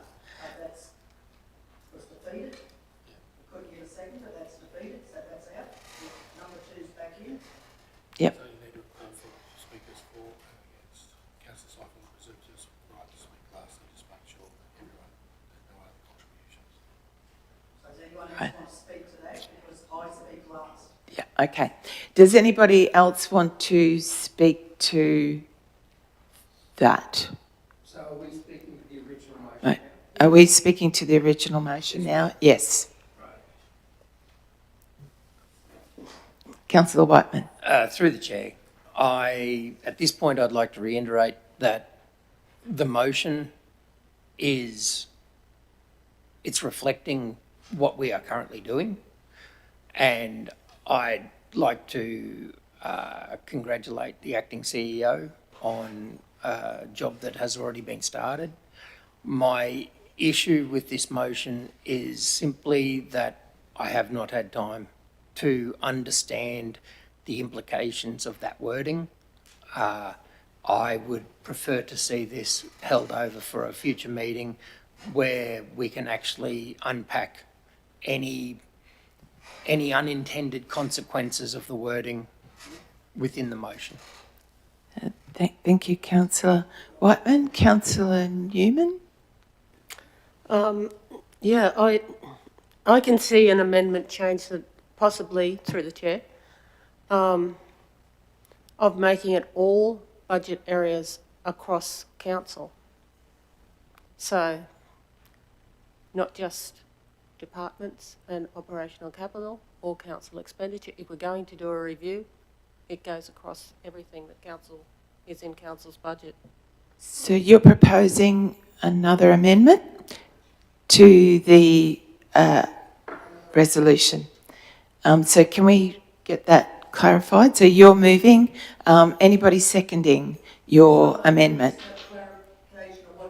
Wording is, yeah. So I would like to undertake a review of all council budget areas. But doesn't operational and capital cover all? No, it doesn't. Because if we're reviewing everything, we're reviewing CHDC's budget as well as our own. It's all council budget areas. It's not fair just to review part of it. If we're going to do a proper review of... Which is also in the operational plan as well. Yeah, so if we're going to word it and we're going to make a motion, it's across everywhere. So are you happy that wording, it reflects what your amendment is, Councillor Newman? Yes, that reflects it now. If we're going to formalise, I'd rather it be generalised. Oh, I need a seconder now if you're happy with the wording. Just ongoing, is it ongoing review? Would the words of enduring or ongoing review, would that sort of allay any concerns that there is a distinct time frame and that this is actually, you know what I mean? Like this is, as I said, it's an enduring. It's an annual process before each budget for this new council. As far as I'm concerned, it's just formalising that. On an annual cycle. Have I admitted that aspect?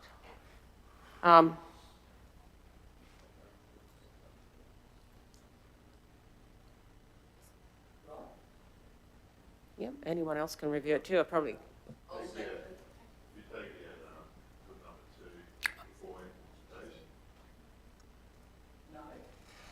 Which? Sorry, can we go back to one amendment at a time, please? Yeah. No, I'm just suggesting that. This. Karen's got that thing, we're waiting for a seconder, are we not? In section 2, it's got identified by department, so just recommend is identified before implementation, removed by department, please. Thank you. We're still trying to get that amendment. I'll second. Sorry, councillors. Councillor Cypher, you can't second it.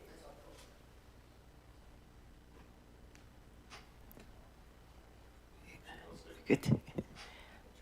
Councillor Burns wanted to second that.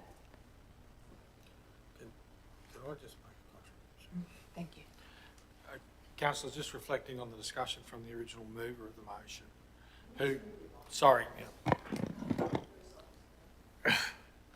not usually. So just reflecting on the discussion which has been happening, and a few times I've heard it that said that it's important that this is an enduring application beyond the current acting CEO. The current wording would not be that, because it refers to the acting Chief Executive Officer. If you wanted to be enduring, the word acting would need to be removed, but that's my only contribution.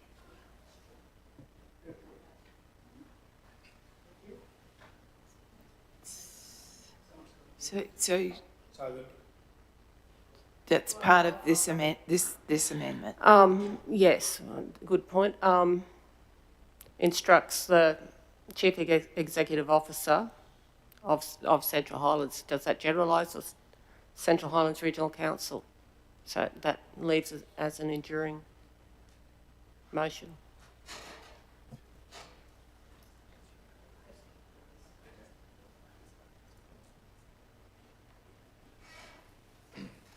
but just clarifying. So the way it is on the screen is just check that. Yeah, so are all the councillors happy that that amendment, as you put, councillor Newman? Yep, everyone can read that. Good, good. So, councillor So Cypher. this is my right to now respond. No one else has any amendments to make? No? Good. I actually think that's been wordsmithed quite well, and I'm very happy with that.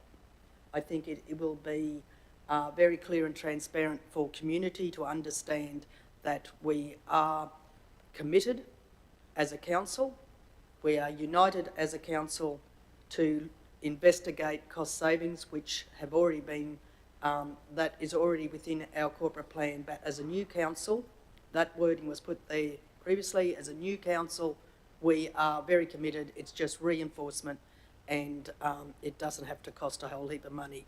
ELT can do this in their everyday activities along with their staff. So this is, and the important part about number 2, and which I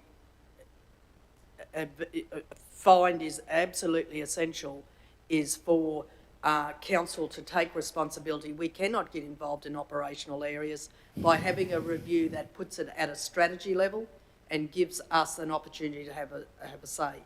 If you didn't put that in there, then you would be deep diving into operational, which we cannot do, and that is where the problem always lies. We do not know what we don't know. So this way, it is bringing it back in a briefing note, no time consumption. It is simply a briefing note that gets emailed out to us, and we're aware of what is happening within the organisation. So thank you. Very good. Yeah, just once again, it just needs to be still unpacked. So anyway, that will happen, I guess, as part of the process. So can we put that now? Councillor Whiteman. Just a matter of...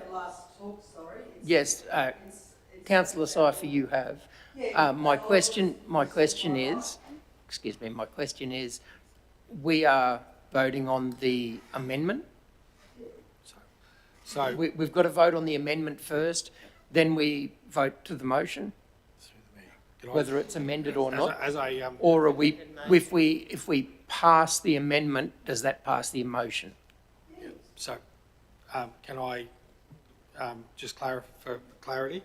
So, what is for discussion now is the amendment. It has not been passed. It is not the motion.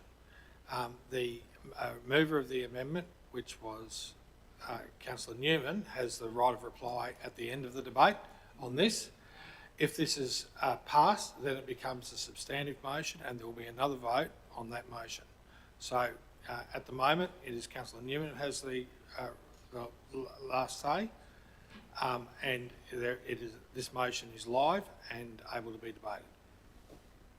The amendment, sorry. Councillor Whiteman.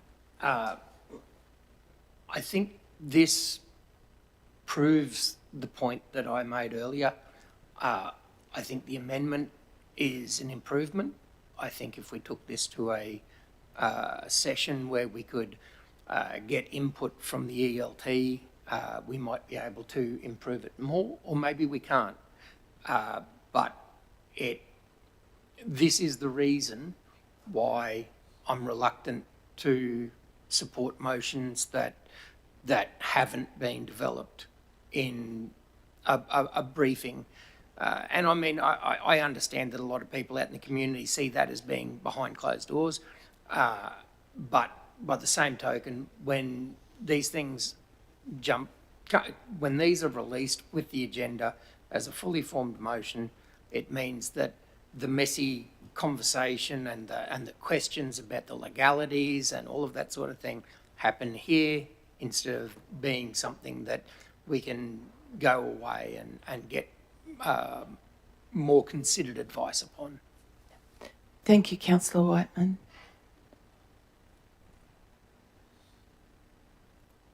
Any other comments?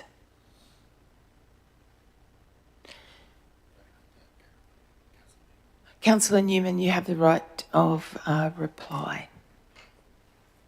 Oh, this is my first amended motion, so bear with me. I just felt that there was a gap there. So if we are reviewing council's budget, we review the entire budget.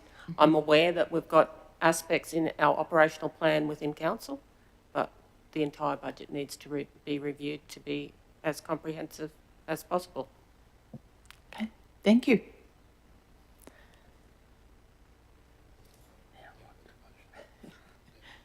Okay, we'll get, Councillor Cruz. Can I? No, apparently. Sorry, thank you. We have to put the motion to the vote. So a mover, please. Oh, that's done? Oh, okay. What? I'm getting there. Voting on the amendment. All those in favour?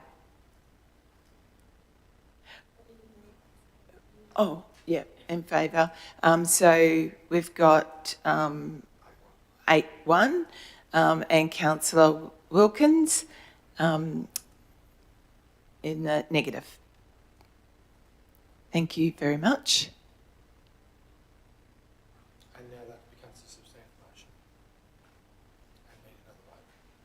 Oh, now it's become the substantive motion, so we need another vote. Are we still able to speak to the motion now that it's been changed?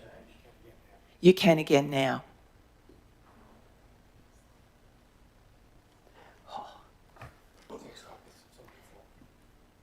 Starting with someone for. Someone against or for? For. Yeah, It's kind of lost me now. Yeah, me too. You need to explain the process. So we've just endorsed the previous motion, the amended motion. I would have thought it would have automatically ruled this other motion out. I thought that would have automatically been. Just explain why we're going back to this original motion. Through the mayor. So the motion which has just been, the amendment which has just been voted on is now the substantive motion. Now it takes over from the substantive motion, and now, after debate, there might not be any, it's a matter for you, but after debate there will be another vote on this motion. So the vote was to amend it, which has happened, and now the first speaker should be somebody for the motion.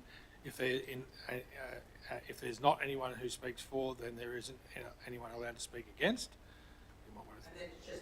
And then it's just putting it for a vote. So that's the way it works. Okay. Councillor Burns. Thank you, Madam Mayor. Yeah, look, I support this amended motion. I think, like I said earlier, I think the whole argument here was the way it was done, not the actual wording. I think most of us agree with that sentiment. There's a few tweaks we would have liked to make before it came to this agenda today, and I think that was the whole argument here. And if we want to see this as a unified approach, then you've got to make an effort to make it a unified approach when you bring something forward. And I think we do all agree that a review needs to be done, and it's already in motion, like we said, through other means, but this is I think it's a statement, and a good statement, that we'll be ongoing with it, and we'll continue that. But so I'll give my support to this motion now that we've made some amendments to the wording, and I think they'll be right. Thank you. So anybody against?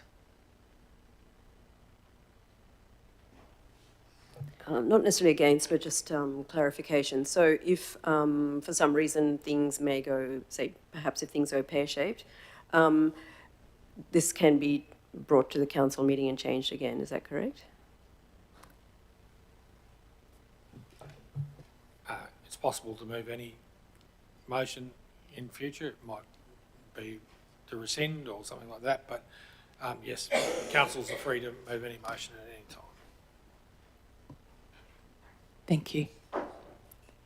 Councillor Whiteman. As a speaker against, because somebody might want to talk for it again, and we have to have an against before we have another for, I still, by way of clarity with the amendment, I voted for the amendment because I think the amended motion is better worded than the original motion. I'm still going to vote against the motion for the simple reason that I would love to have more time to discuss this and to ask, as a new councillor, I rely heavily upon the experience of some of the other councillors and members of the ELT in discussions about the financial and logistical implementation of these motions. I would love to have that conversation to see what kind of timeframes, what kind of costs, what kind of benefits we're going to get from this. If we're already doing this, and I just want to say publicly that as a new council, this council, you know, as a council with mostly made up of new councillors, this council came in and this is what we have been doing. So it's an affirmation of what's been going on, but by the same token, it's already in our policy, and I'm unaware. I don't know what the implications are of having another motion over the top of our current policy that says the same thing. I'd love to be able to unpack this at a more casual briefing where we can ask as many silly questions as we want. That's all. And perhaps we can do that, you know, going forward for sure. And I think that that will be the point, if I'm allowed to say that, I'd say that's the point of the briefings. I'm thinking going forward, again, that's for me, there's a lot in that. I don't really fully understand it as well, but it is what we're doing. And again, I thank the staff because these are the key people that this is it also impacts because we have been working to them and understand that this is what we're doing or, you know, a priority for us and our community. So, yeah, I think that if, Councillor Cruz. Yeah, speaking for the motion, I guess, sorry, through the chair. I guess, like, as part of this, there's always going to be, like, as I said, it's enduring and it's all encompassing. So the intent is that, you know, there are going to be many diverse examples based on so many different timelines where efficiencies may or may not be able to be found. The intent of the original wording was to be an all-encompassing, but I really appreciate the addition with the amendment because I think it is much clearer, so I really appreciate that.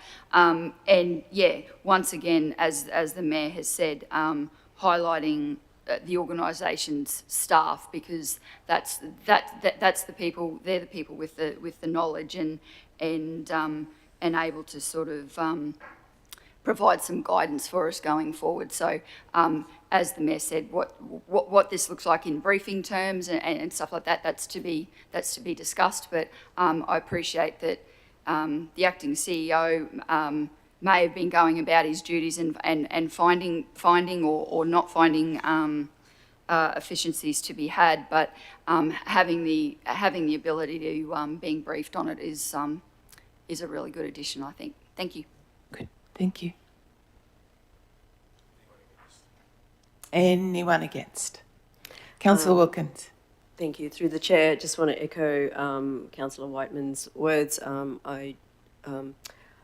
As the amendment is written now, I'm a lot more comfortable about it. However, I would also have liked to thrash it out a bit more. Thank you. 4. No, he's telling me what to do. Councillor Newman. Just like to move the motion, please.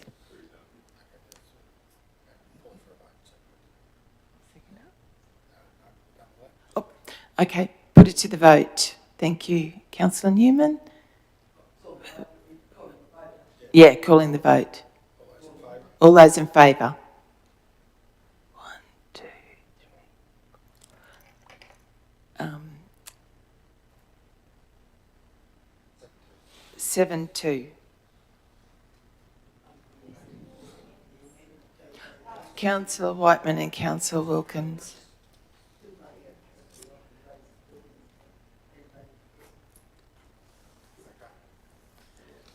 Okay, thank you very much. And we're going to move into our closed session item, which is that the right one? We're going backwards. So we just need someone to move that we go into closed session. Councillor Cypher, second. Councillor Newman, all in favour? Closed session. Yeah. Thank you. All in favour? Thank you.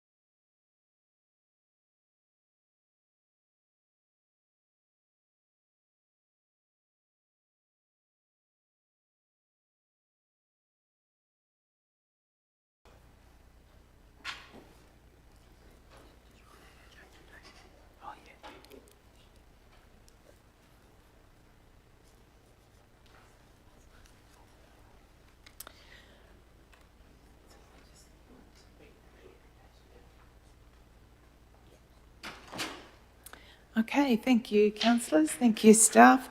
We'll move straight on to the recommendation. Is that the Central Highlands Regional Council, one, subject to the successful outcome of the Water Infrastructure for Sustainable and Efficient Regions, or WISER, initiative applications. Council resolves to contribute $1,616,000 towards the following three projects between the 1st of July 2024 and the 30th of June 2027. These projects being the Bohinia Water Treatment Plant Upgrade, Rollston Water Treatment Plant Upgrade and Recycled Water Scheme, and 3, Capella Network Control. And 2, Council authorises the Chief Executive Officer to provide the confirmation at paragraph 1 to the State Minister for Regional Development and Manufacturing and Minister for Water, and confirmation that Council has sufficient available funds and or borrowing capacity to complete the projects and any cost overruns, and to negotiate and enter into a contract with the Australian Government and Queensland Government to give effect to this co-funding arrangement. So a mover, Councillor Newman, seconder, Councillor Burns, I think you were just there. So all in favour? Carried. Thank you very much. Okay. I think that brings us to the end of our General Council meeting. But prior to closing, we have item number 18, which is general business, if anybody has anything for general business.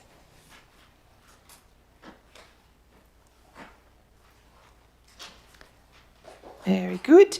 Any community acknowledgements? Councillor Burns. Yeah, thank you, Madam Mayor. I'd just like to acknowledge the passing of Liz Alexander. She was a great volunteer in the community, especially with rugby and junior rugby.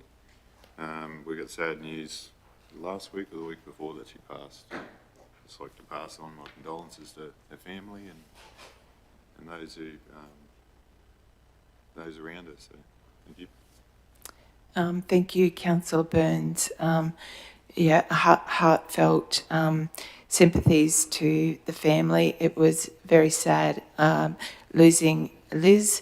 She was the most dynamic, amazing, intelligent lady, and her contribution, as you rightly say, to our community and all the businesses, and including CHDC, but most importantly, losing such a beautiful mum and wife, and friend to many. So, thank you. I did have one acknowledgement. Over the weekend, I had the privilege of going out to the go-kart track on Saturday evening and Sunday morning to wave all of the pedal Prix, instead of Grand Prix, they're the pedal Prix carts. So the kids from numerous schools across Queensland came to Emerald, again complimenting our go-kart track. Wish they could pick it up and take it to all sorts of places. So they're looking to have national competitions. I think it might be next year as well. So just wanted to say congratulations to all of the students that participated, particularly from Marist School and Emerald State High School. A big thank you and shout out to Mr. Paulin and Mr. Johnson from the Faith distance ed as well. They were key in getting that event rolling and running with smooth efficiency. So I just wanted to give a shout out to all that. I think there was about 500 people there. So, and I'm not sure how many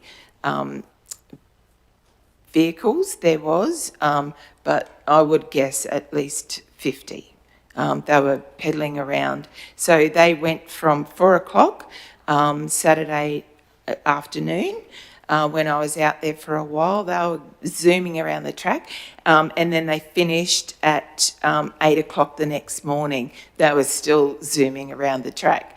16 hours or whatever it was that they pedal those teams constantly. So, yeah, a marathon effort. So just want to give a shout out. It's great to host those kind of events in our region. So thank you. Okay, moving on now to the item number 20, which is closure of our meeting. So thank you all, everyone. Thank you to all the staff. Thank you to all the councillors. Thank you to all those people streaming online and who have participated in our council meeting today. So thank you very much, and we're closing the meeting at 1:14 p.m. Thank you very much.